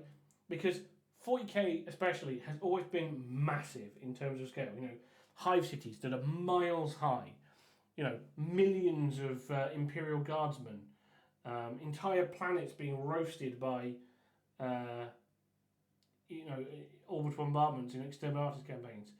40k of a lot of sci-fi has that scope and scale that you don't see in a lot of things, especially more modern things. People things tend to be, I think, as we have a bit of tangent here, but as we've kind of the world's gotten smaller in real life. You know, we can fly anywhere around the world pretty quickly. relatively speaking. You know, mobile phones and the internet connect us all pretty much everywhere to everywhere. That are sort of people don't like get the sort of scope of something being like several weeks away. You know, even to send a message, it's not like, oh, you know, we'll just send a message and they'll get it. It's like, no, no, we send this message, they'll receive it in it, like they might receive it in a couple of months, kind of thing. You know, sort of Age of Sail style. And yeah, 40K's always had that big mega scale. You know, like the Imperium is vast and massive, and it's only gotten bigger and more vast. I think even the tabletop game, like we have more and more models on the tabletop every edition, it seems, and that's both bad and good. I think it was bad for fantasy because that's what killed it in the end. But it's cool in 40K that we get to take more of the units we love. Yeah, I found it funny that as the games have gotten bigger and the sort of descriptions have gotten bigger of things, that actually the art's gotten smaller. We got a lot more pieces of just one person fighting one thing. You know, I feel like because I said even the codex covers that had like one major central figure on them, right? They still went off into the distance, and you could see loads of like things flying around or driving or tanks and people fighting off in the distance. And I just said I miss it. You know, it's there's something about their style. It's very very clear, like in terms of, I think things are very mucky these days in their art style. Very gritty, probably the best way of putting it.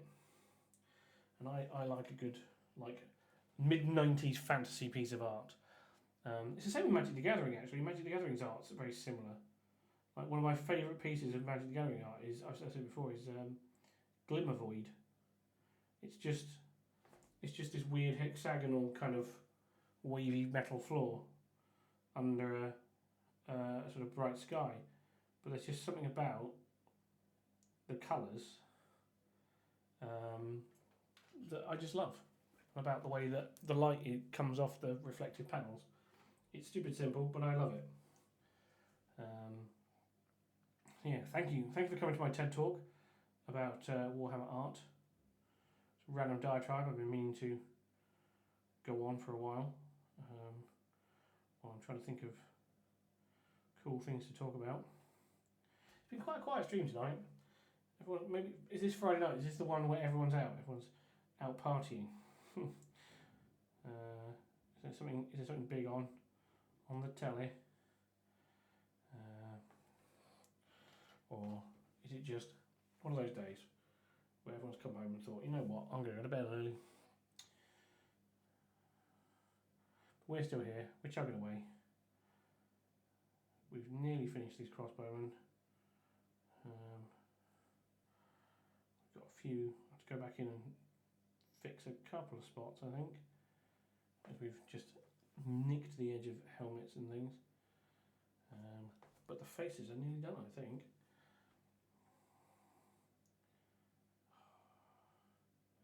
Yeah, like I say, Witch Elves might be up next for my Dark Elves, or I might see now. Although I say that, I both want to do them and I keep trying to put them off because, again, like I said, is the painting of female flesh is actually quite difficult, especially, and please, if you're dying of plague, oh yeah, I'm sorry, dude, that sucks.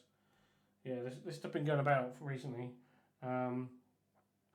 What was I going to say?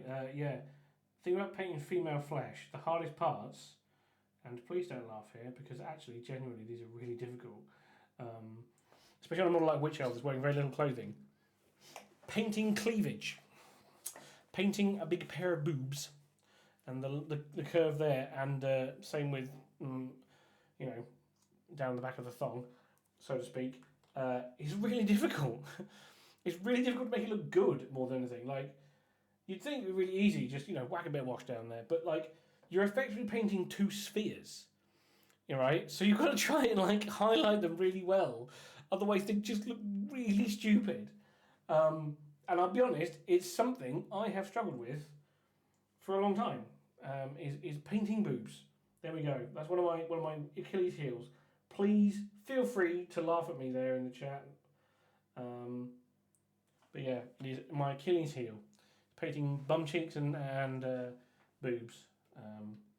So I need to get more practice in, clearly.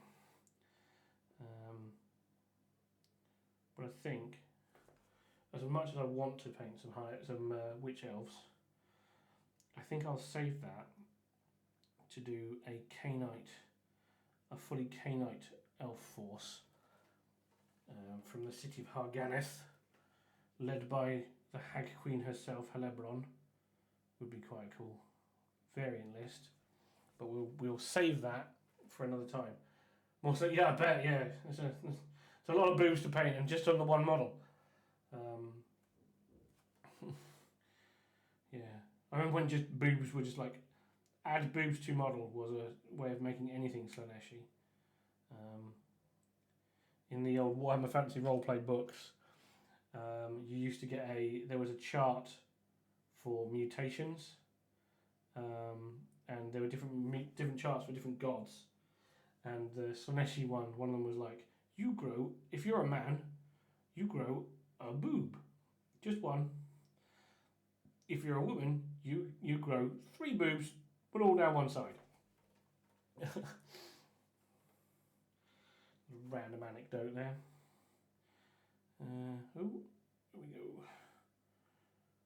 We're getting in there. Tiny little dots. And the last guy. Is he a shouty guy? No, he's not a shouty guy. He's quite reserved. He's just got his mouth slightly open. Not enough to show teeth. We'll get in and do his eyes. And there we go. Right, now we need some lead belcher. Wherever we put it, it is here. So, it's time to fix those happy little accidents, as Bob Ross used to say. We're just going to go back in and, because it's kind of technically a highlight as well on the edges of these helmets and the top of the gorget as well. See, I know some fancy armour terms. Some of them I get completely confused with and say the wrong one for the wrong part. But I reckon maybe 5 times out of 10 I get it right. Plus a lot of people still don't know what the difference between a greave and a vambrace is. Or a spolder and a pauldron. To be fair, I don't know what the difference between a spolder and a pauldron is. I thought they were both shoulder armour, but I could be wrong. You get the history nuts coming out soon, being like, actually, to be honest, if you've got knowledge, you feel free to share it. I don't think no one should be afraid to share awesome specialist knowledge for fear of ridicule. I think I always want to hear. If I don't know something, especially if it's related to something I like. Every weekend the 24/7, I bet it is. Yeah, the man, the myth, the legend. I like the fact that he was like a staff sergeant in the Air Force or something. Or like a gunner. I think that was his thing. Like he started off as a staff sergeant in the American Air Force. Like literally, I think he was like a drill sergeant or something. And he just didn't like shouting at people. It's hard to picture, isn't it? Like Bob Ross is like the epitome of just laid back, chill energy. Like his original job was just screaming at people on air bases. Yeah, now he's more fondly remembered as the most laid back painter of all time. I can imagine a nice stream. That's gonna be a good thing. As I said, ASMR creeps me the hell out. I don't know. It just makes me feel like someone's going to attack me in my sleep. But I could listen to Bob Ross sending me to sleep.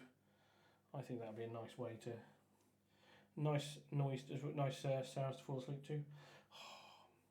See, I've just realised actually. The problem is some of these fellas have hair, and some of these fellas have hair either side of their necks, which means I need to go back in and paint some neck skin. Curse you, dark elves, and your weird hairstylings. So we're gonna have now. I've noticed that because I bet, like, when they were ranked up, you would never know that, but I do. And this is the problem with having a lot of my armies is I get really frustrated if the model doesn't look good 2 inches from my face. Even if you would never ever see it that, like, you know, like no one's ever going to really see it that close, and especially not the back, because obviously that's most people don't only ever see like the front of miniatures. But the problem is, like I said, is I know it's there, and if I know it's there, I'm going to want to make sure it's painted. Exactly. It could be worse. You could be like Ben, which is one of my favourite little hobby stories. I hate to throw him under the bus here. One of my favourite little hobby stories was my friend Ben. He painted a beautiful interior to a Land Raider. He did the whole wonderful interior detailing of it before he finished putting it together, and then glued it shut. So you never see the inside ever. And I always remind him of that whenever he's like, "Oh, I'm going to do this," and I'm like, "Don't forget not to glue it shut, because I'm a dick."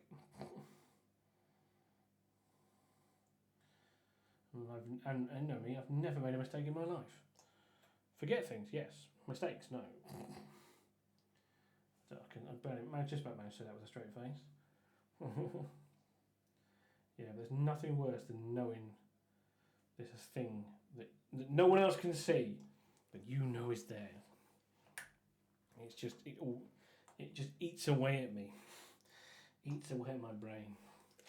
Right. So the other part is the other half of them all have black hair down the backs like this. So we're just going to give them a quick coat, and then we'll dry brush them in a bit, very lightly, a bit like we're doing with the bases. Just sort of take a flat of our brush and go over just to lifting up, picking up a few hair strands so they stand out. Everyone's getting black hair for this because I like black, and I think it looks cool. So we are going to go back in, make sure all of these guys, it's the one detail we haven't painted yet, we'll make sure it's all done. We'll do paint neck skin for the next 20 minutes. Yeah. The other reason I really want to use my dark elves on the army list is because I've got a dragon for them. I've got an awesome black dragon. I've got a Dreadlord on black dragon, and I really want to use it because it's such a cool model. Trish Morrison, one of my favourite sculptors of all time, the mother of monsters. She just makes the best model. Like, she made the best dragons. One of the things I think I'm going to get for my wood elves is an alternate tree man from her new miniatures range, because she's left Games Workshop. Sadly, she's left Games Workshop just as they're bringing back the old world. But I'm sure there are plenty of people there to take up her mantle. Never go wrong with good dragon. That is very true. I have one of the Carmine dragons that she did, which I think is, like, personally, I think is her magnum opus. I think it's the best, like, objectively best dragon. My personal favourite one is the forest dragon, the wood elf forest dragon, is my personal favourite of her dragons. Back in the old days of what we used to call the S dragons, because they were very much folded up into an S shape. But like I said, the forest dragon I think is my favourite on a personal note, and I really, really hope it's on the made to order list for wood elves when they come back. Is the Carmine dragon, which is just utterly gorgeous.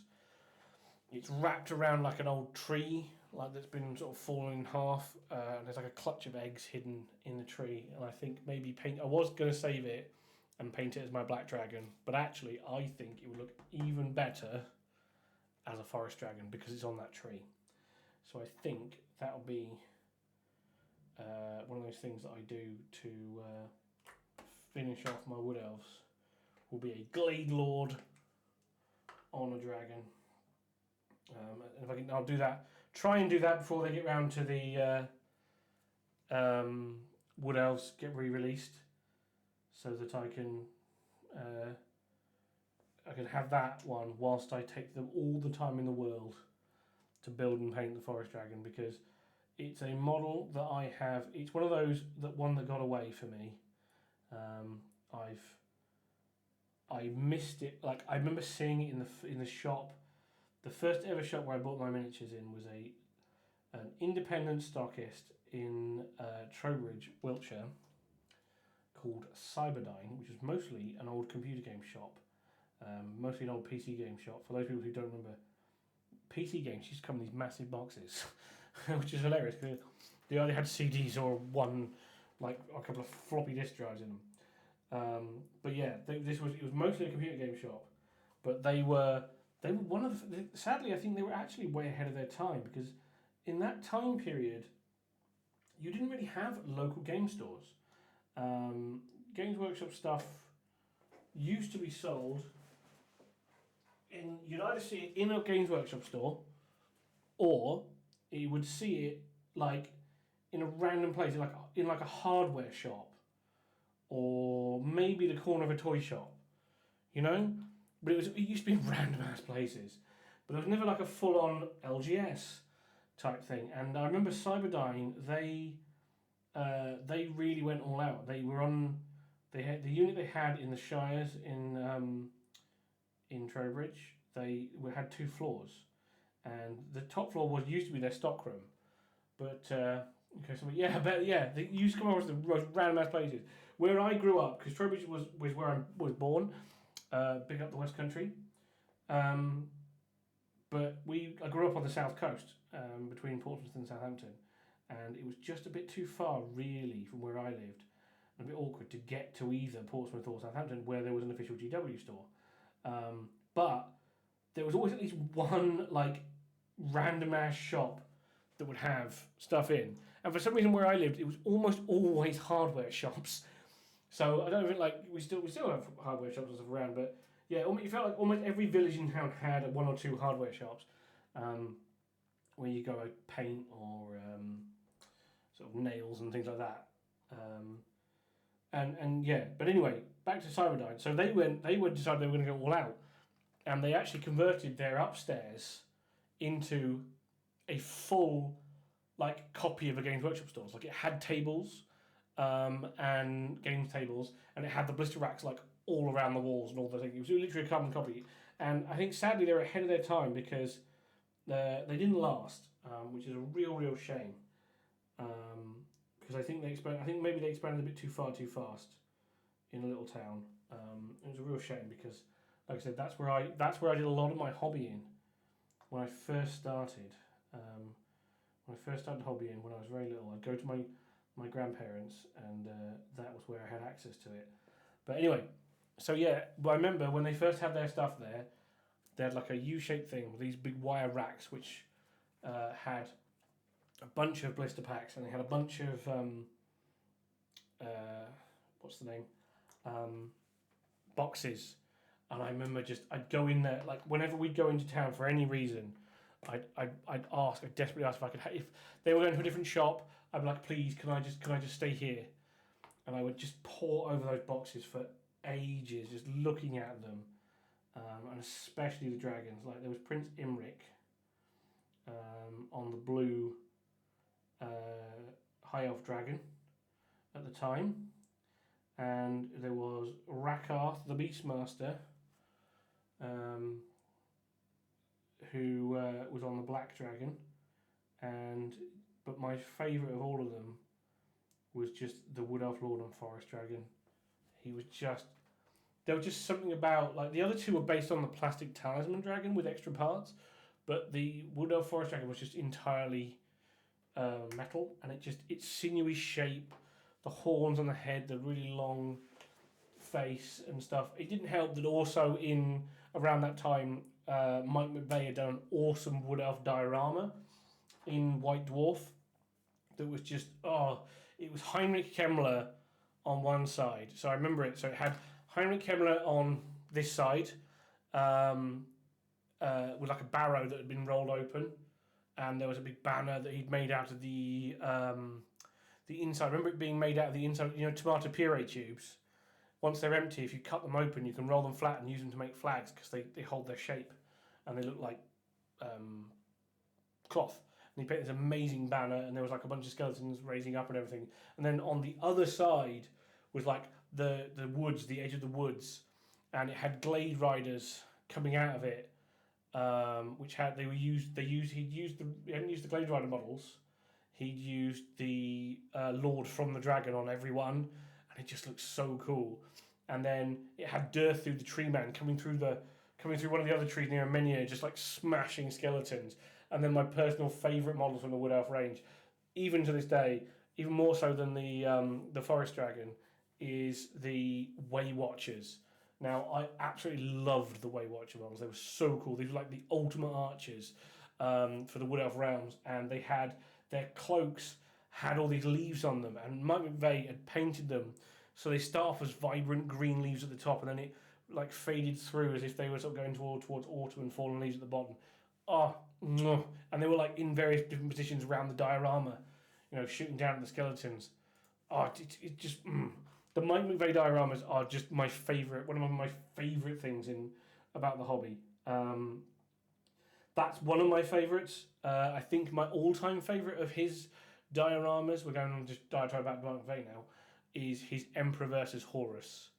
The OG Emperor versus Horus diorama, where they're both in the Terminator. They're quite small because they're in the old lead metal ones, and he converted up a dead Sanguinius, and it's got a really cool thing. Yeah, it's so... Look it up online. Mike McVeigh's Emperor versus Horus. It's still in Warhammer World, right? And I remember seeing it in White Dwarf, in the article about it, and poring over it for absolutely ages, and loving it. And then when I got to see it for the first time in Warhammer World, and it blew my mind, because there's one thing seeing these models, right, in pictures, and you see these lovely pieces of artwork of them. So I love these photos that the studio team, but like the thing that got me was the Emperor's armor. So the Emperor's armor, it's just flat Terminator plate, the model, right? It has no relief or anything, but he's painted all these scroll work on it, all these swirls like around all of this. Everything's free-handed, and it just, it blew my mind when I saw it the first time.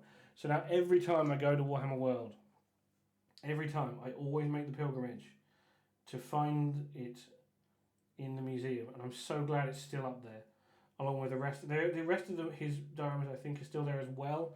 Another one of my top ones is the Azrael diorama. It's all it is Azrael, the Grandmaster, the Supreme Grandmaster of the Dark Angels, and his Watcher in the Dark, sort of giving a sermon. That's it. But it's in this cool like chapel, sort of like sci-fi looking chapel with a big sort of door with great big pistons on it. And it just looks so sweet. It really evokes like that sort of cross between sort of medieval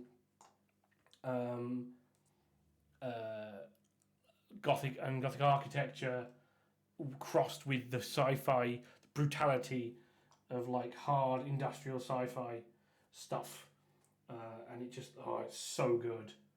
I think again he's done. There's a couple of others that he's done over the years. I think the biggest one. I think if I have to be objective about it and say what is his best, what is his magnum opus, his would have to be his Warhammer Quest diorama. So, for those people who don't remember, Warhammer Quest was an offshoot of Hero Quest, which was a board game you could buy. There's been a renaissance of Hero Quest recently, but Warhammer Quest was like Games Workshop's in-house version. And it had a couple of expansions. One was like Lair of the Lich King, one was like Lair of the Orc Lord, or whatever it was. And this Warhammer Quest diorama had several levels. So you started off on the surface at the edge of like this dungeon, and then it would go down and down through caves and dungeon levels, and it was like you could see it's one of those dioramas, like my favorite kind of dioramas, where you look at them and over and over and over again. Every time you look at them, you always see something new. And it had like the bosses from the various different expansions on different levels, and the various heroes fighting them from the game, and it's just so cool. Yeah, diorama. There was an era where dioramas were the thing. They won a lot of Slayer swords. Diorama was the category that won a lot of the Golden Demon Slayer swords, which Matt Parks is probably the best exponent of that. He won 2 Slayer swords for his dioramas, and they were always my favourite period, because it really brought the worlds of Warhammer to life with seeing really cool, well-made dioramas. And it's something I've always wanted to do, but I just do not have the skill for. What's the other diorama I'm missing?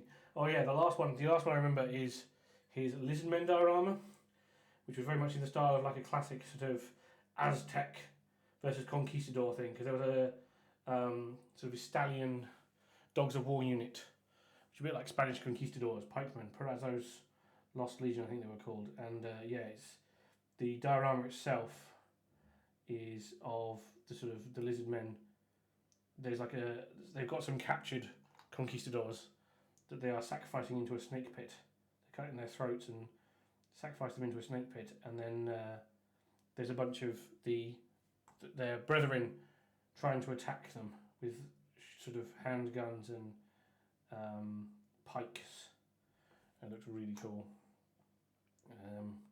Again, it's one of those ones you can't even see all the details unless you go above it to see all, because you can't even see into the pit unless you stand over the diorama. That's how much detail's in it. But yeah, I loved that era for both painting, like art, and miniatures.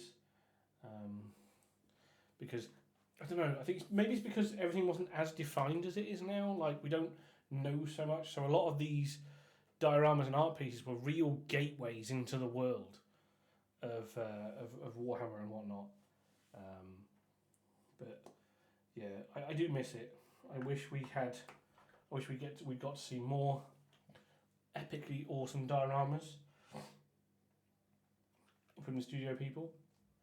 Every so often there have been some. I know when 8th Edition Fantasy came out, a bunch of the sculptors and painters did a bunch of really cool epic dioramas, especially the Island of Blood that had the 2 characters, the Skaven war chief and the High Elf Prince Aslan, that were designed. The miniatures were designed to be in a pose that was fighting each other. So somebody did, obviously, well, I want to say it was Seb Herbert or Darren Latham painted that diorama, which was really cool. It was on a really awesome base as well, which I think had like the story of Sigmar wood carved into it. I remember having to cast that up. I'm thinking, this is freaking epic. Yeah, I would love to see more modern takes on dioramas. Although, to be honest, we have the best of both worlds, because we have the Warhammer World Museum. And again, if you haven't been to that, holy moly. Because we used to have, back in the day,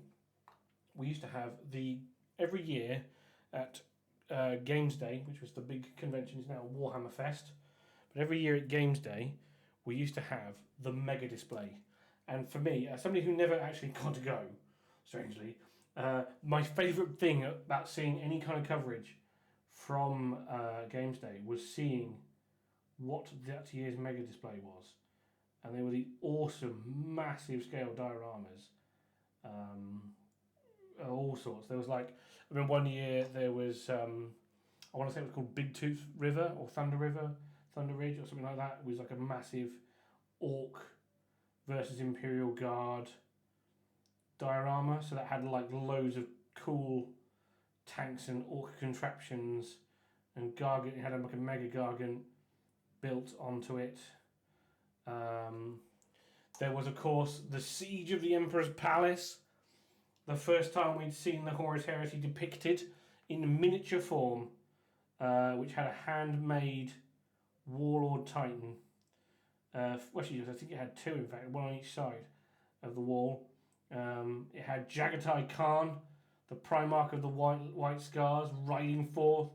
I believe he was astride of at the top of a tank, riding it like it was some sort of giant beast, breaking through the gates to attack the Chaos Horde. There were sort of moles and termites attacking the walls. It was just awesome, absolutely awesome. And then there was.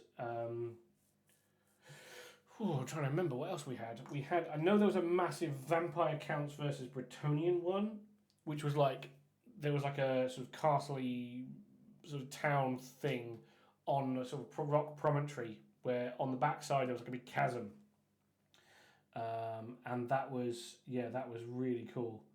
It had a massive, I think it's Empire and Bretonnian. There's like a huge Bretonnian thing coming into it, and Empire attacking it, and they were like. There's this huge bat swarm like billowing up from the chasm, a massive like pile of like ghosts and spirit hosts coming out to attack to go against the attackers.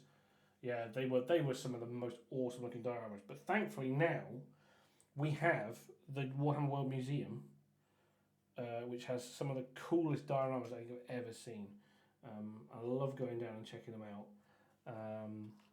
I'm really excited to see the new Old World one. I've seen pictures of it now, but I've not seen it yet in person, and I'm very looking forward to seeing it. And the mass Bretonnian charge into a Khemri city with all the skeleton hordes defending. So yeah, I'm looking forward to that. Right, back to painting. On the painting front, we are nearly finished with these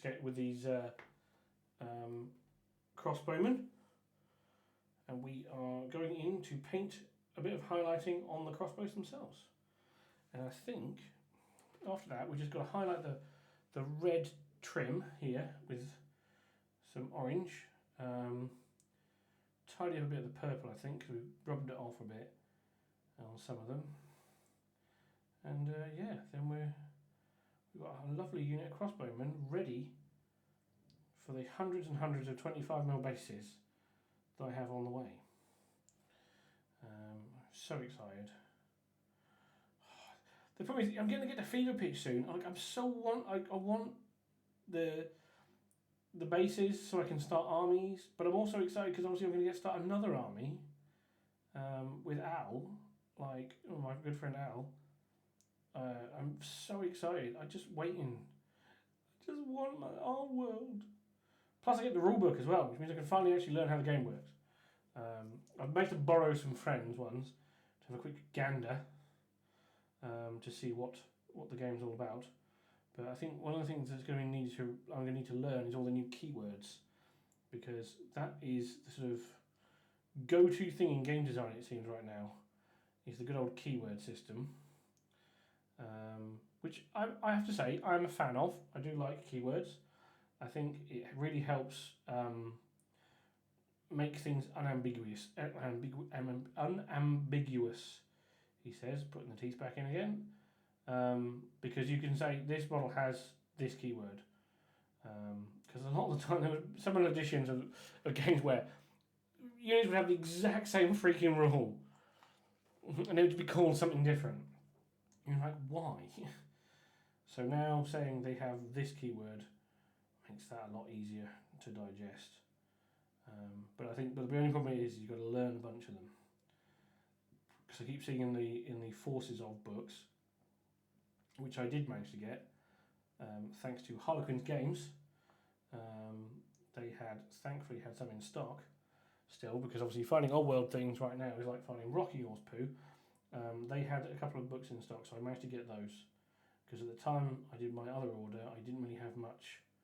I only had enough money to get the box and a couple of bits, so a few bases and things. So I went with the essentials, thinking the books would be around for a while. So I'm just waiting with bated breath, I say, to hear the wonderful words, "Your order has arrived."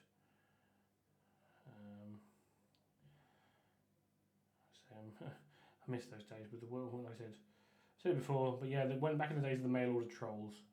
That was always good. Yeah, when you got the mail orders in, we had to send out, let everyone know your mail order has arrived.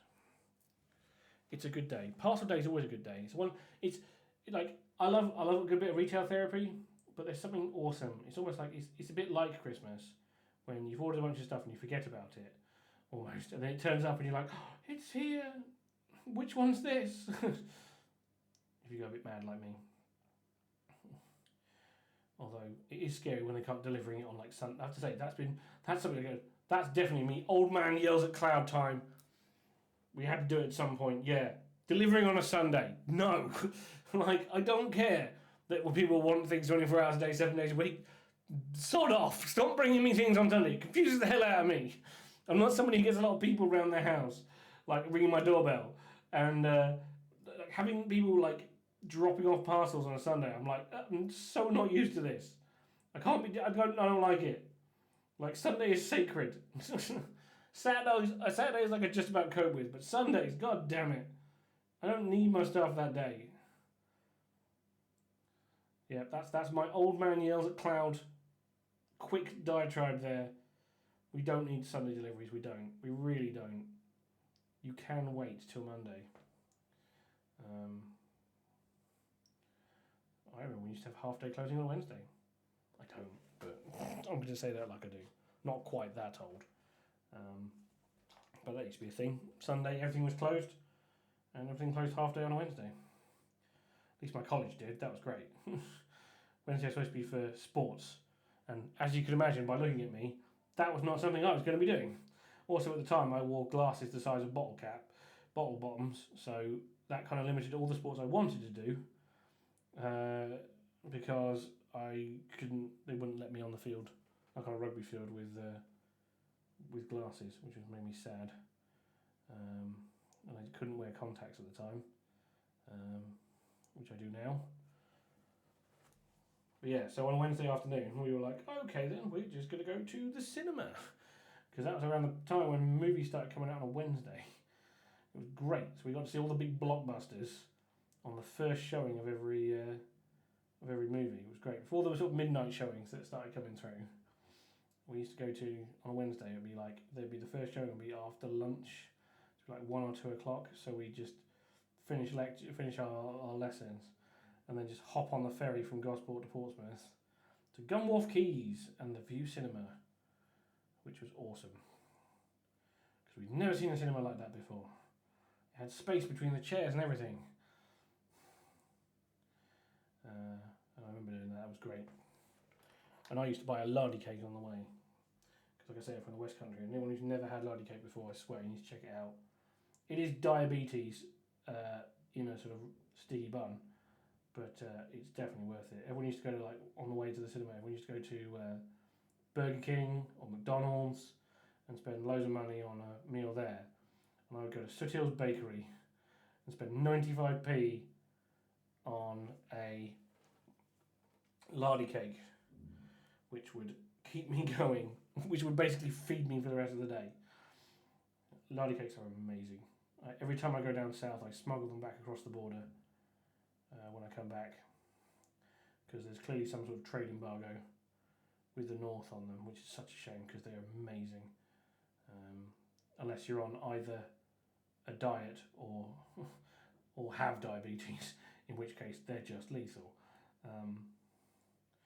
They're so sticky you could probably just push it onto a wall and leave it there till the next day.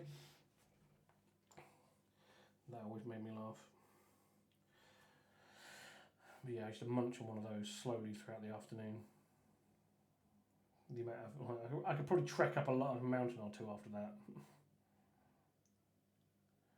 Yeah, that was always fun. Yeah, a deep dive into Pete's chaotic past there. That's when I used to get my GW stuff from an antique store. Not that the stuff was antique. It was an antique shop primarily that also did Games Workshop store stuff randomly. It was hilarious. Like I said, back in that time, you'd find Games Workshop stuff in the weirdest places. great because it was the first one where I could go in and order things. So I'd go in and be like, I'd go in on a Thursday and be like, can I order this? And I'd be so excited to go and pick it up the next week. I remember when I ordered my Defiler, when I was doing my Black Legion, I ordered my Defiler. I was so excited to get a Defiler. And this was the time when, for some stupid reason, I went through a phase where I would undercoat everything on the sprue before I built it. I don't know why I did that. I think it was the style at the time. So I used to undercoat everything on the sprue, and I remember I was so excited. I got my Defiler kit. I was really excited to build it, really hyped up. I got home, and I bet you can see where this is going. I got home, I broke out my trusty can of Chaos Black. I sprayed one sprue, and then it ran out. And I couldn't go and get another one for 5 days. And I just remember being absolutely mortified that I had this brand new awesome, because at the time it was like one of the biggest things going. Like you look at the model now and it's rubbish by comparison to a lot of stuff we have. But at the time it was like the be all end all. It was the largest, massivest thing you could take. People were just scared of it on sight. Had a battle cannon and claws. It was just, it was massively intimidating. I had to sit there and wait for 5 flipping days. Thankfully by that period I had also discovered Chaos Black, because for the first long period of time when I was painting miniatures, I only knew of Skull White. So regardless of whether I was painting High Elves or Dark Angels, everything got undercoated white. Which, as you can imagine, painting dark green from white is a very stupid plan. But these are the things you do when you're a kid and you don't really have anyone to tell you different. But I managed to make it through, and eventually I discovered Chaos Black, and you know what they say, once you go black, you go deaf. Once you go black, you don't go back, and that was it. Once I discovered it, that was when my black, silver and red phase began. That's when I started my Black Legion. It's when I started my Oathway. You know, that was the turning point. I discovered Chaos Black spray paint, and I was lost forever. So there's some fun anecdotes from when I started my hobby, way back in the mists of time, when I would be so excited for White Dwarf Day every month. I'd ride my little bike up to. I remember I used to go to when it was getting towards the end of the month. I always used to go, whenever we'd go out anywhere, I'd be looking at any kind of WH Smiths, any kind of news agents. I'd always check if they had that White Dwarf, because there were only a few of them that used to stock White Dwarf back then, and I'd check if they had this month's, or if they still had last month's. And then as soon as I knew that it was going to be out, I thought it'd be out, I would ride up on my bicycle and go and grab it. Best day of the month, White Dwarf Day. Now, of course, it comes to me in the post, and I open it, have a quick flick through, look at some cool articles, and it goes straight into the archive. Because at this point, I can't stop. I've got 400 issues of White Dwarf, and I can't stop, because that would be weird. But yeah, I do miss those times. I think I miss when most of, because also, this is also pre-internet times, so most of the lore and stuff as well was in articles in White Dwarf, because it was the only outlet, really. I understand why it's not in there anymore, but it was just like, that era was so cool. When like Index Astartes and Oldie Weirdies Incubulum, some long word I can always mispronounce. Oldie Weirdies Incunabulum. Incunabulum? Sounds more right. But then again, I am a bear of very little brain. Right, so the question is, which orange did I use on this trim? I'm going to say Fire Dragon Bright because it's the go-to orange highlight. So, so here we go. We're going to go in and just do one of the very last bits of detailing, which is this highlighting of this red trim. Thankfully there's not a lot of it, so it doesn't take very long, but I think it is a vital step because it really makes it pop.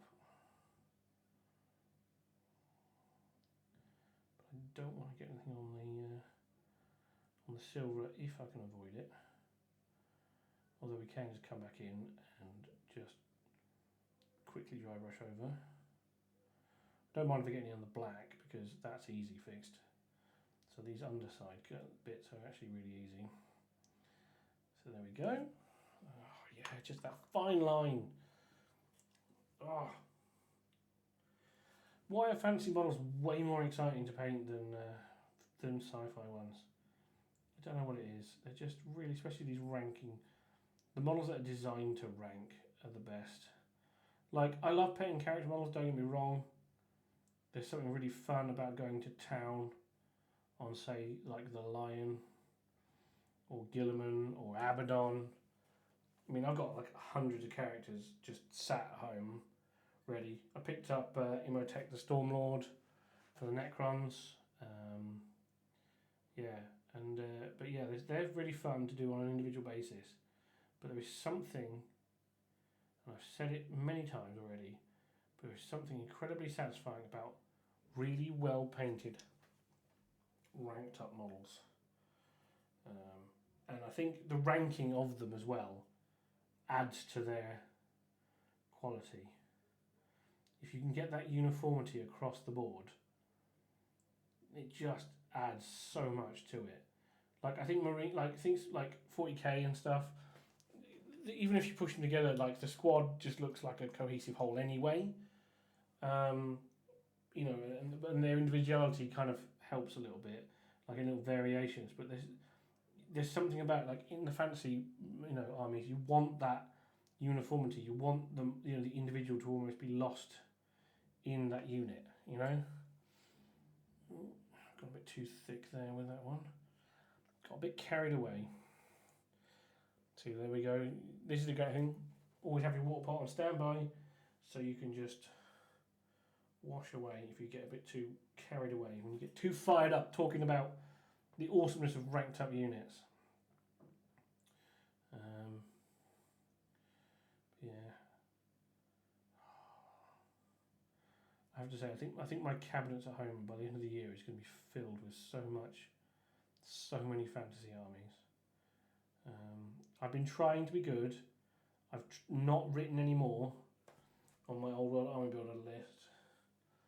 My Old World Army Builder only currently has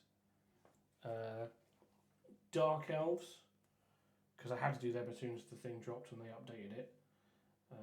So it currently has my Dark Elf list, the list for the Night Goblin army we're working on, Bretonians and Tomb Kings, so I know where I'd like to go with those. Although we could be waiting a while there, because especially with the Bretonians, because I wanted to put the Knights on foot, the Knights of the Realm on foot there, but they've just quietly been, they didn't get released. Like, I swear I saw some price lists with them on when the rest of the Whole World stuff dropped. I swear I saw them, and then they just never materialised. They didn't appear when they were when the rest of the stuff was released. Very odd.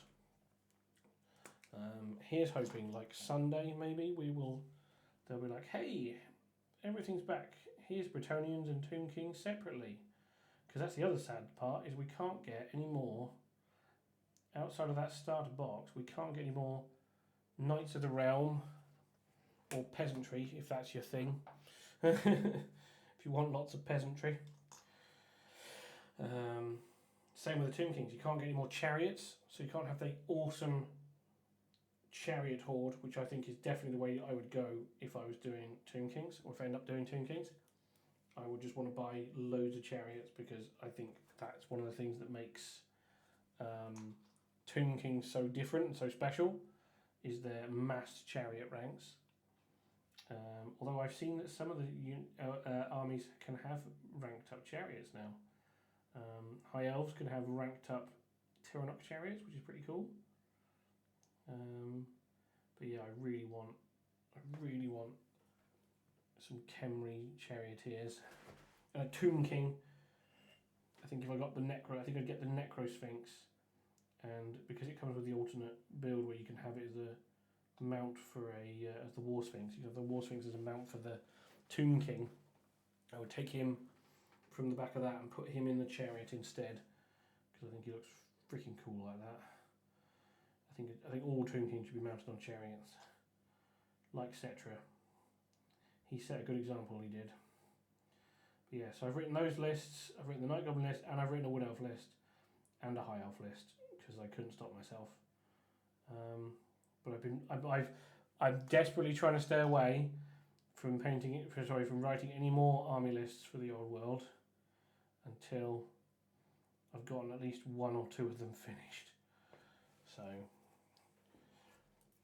that's the thing. I need to. We'll get the poll up on Twitter and Discord and every other place that you can find to let people decide which force we should take to the event at Warhammer World. I don't mind either one. Like I said, I think I'll have fun with the Night Goblins. I think they'll be crazy. I don't think they're going to win many games, if any. But I'm going to go down swinging. So that'll be fun. But I think the Wood Elves are more me in terms of, obviously, they're an army I've played for a long, long time, on and off. And also an army I haven't played for a long, long time. I haven't played them, put them on the board properly since 6th edition. So I think I'd be very excited to get them out again.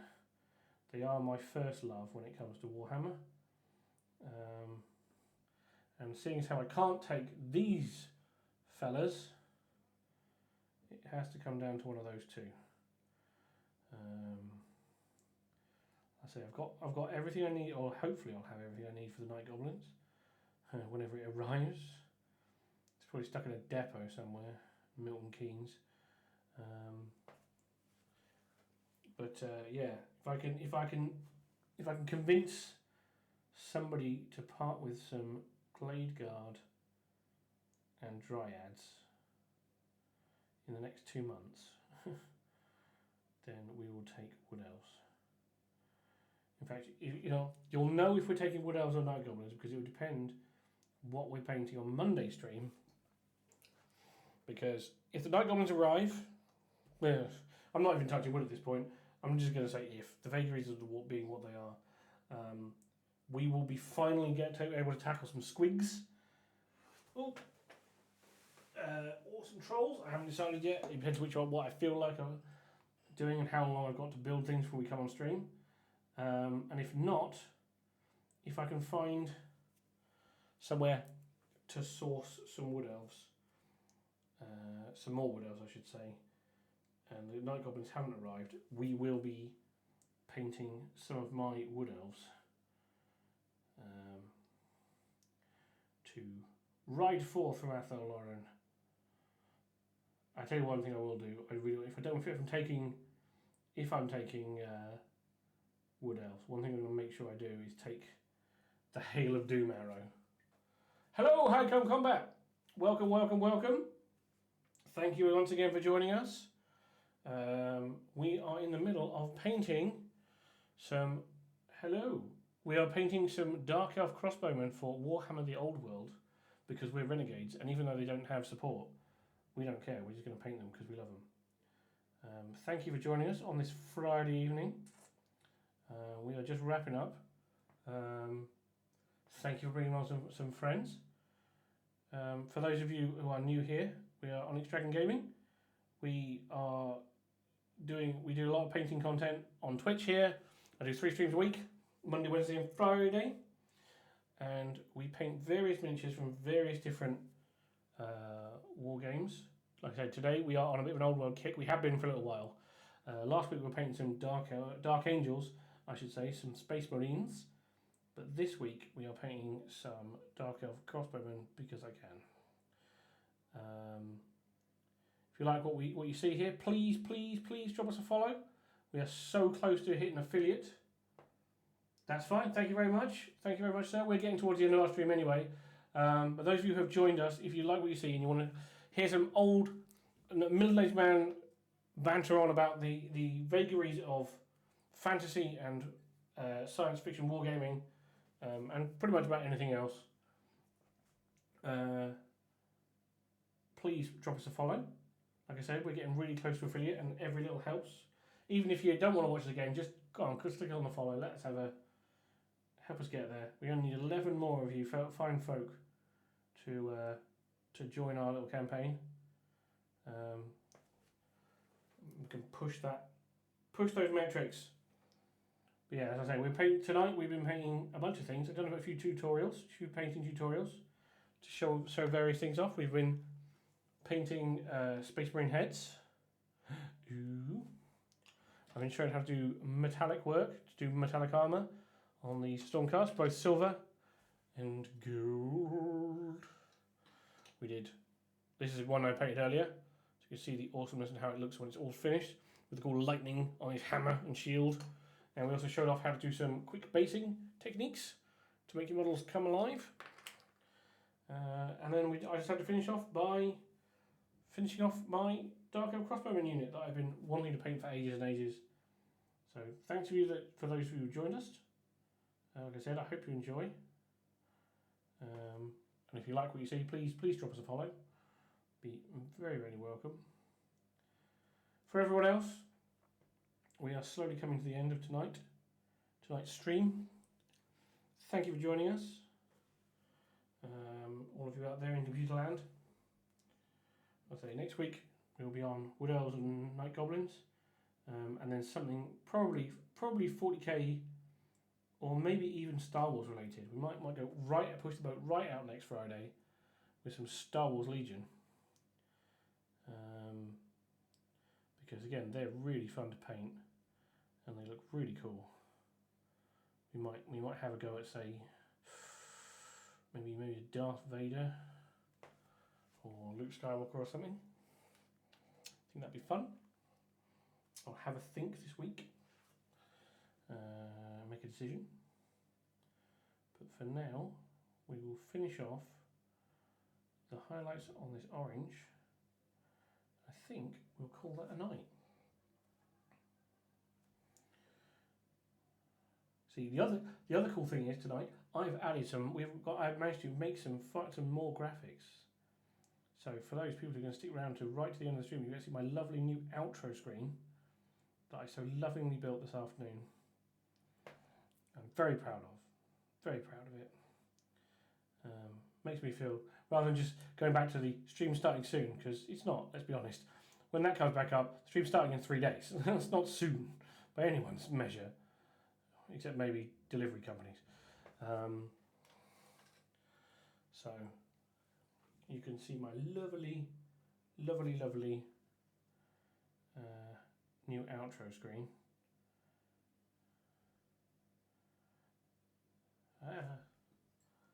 Oh dear. The last guy, it's clear, you can tell it's getting late. I'm really struggling. But we're there, we're nearly there. Keep this fine as possible.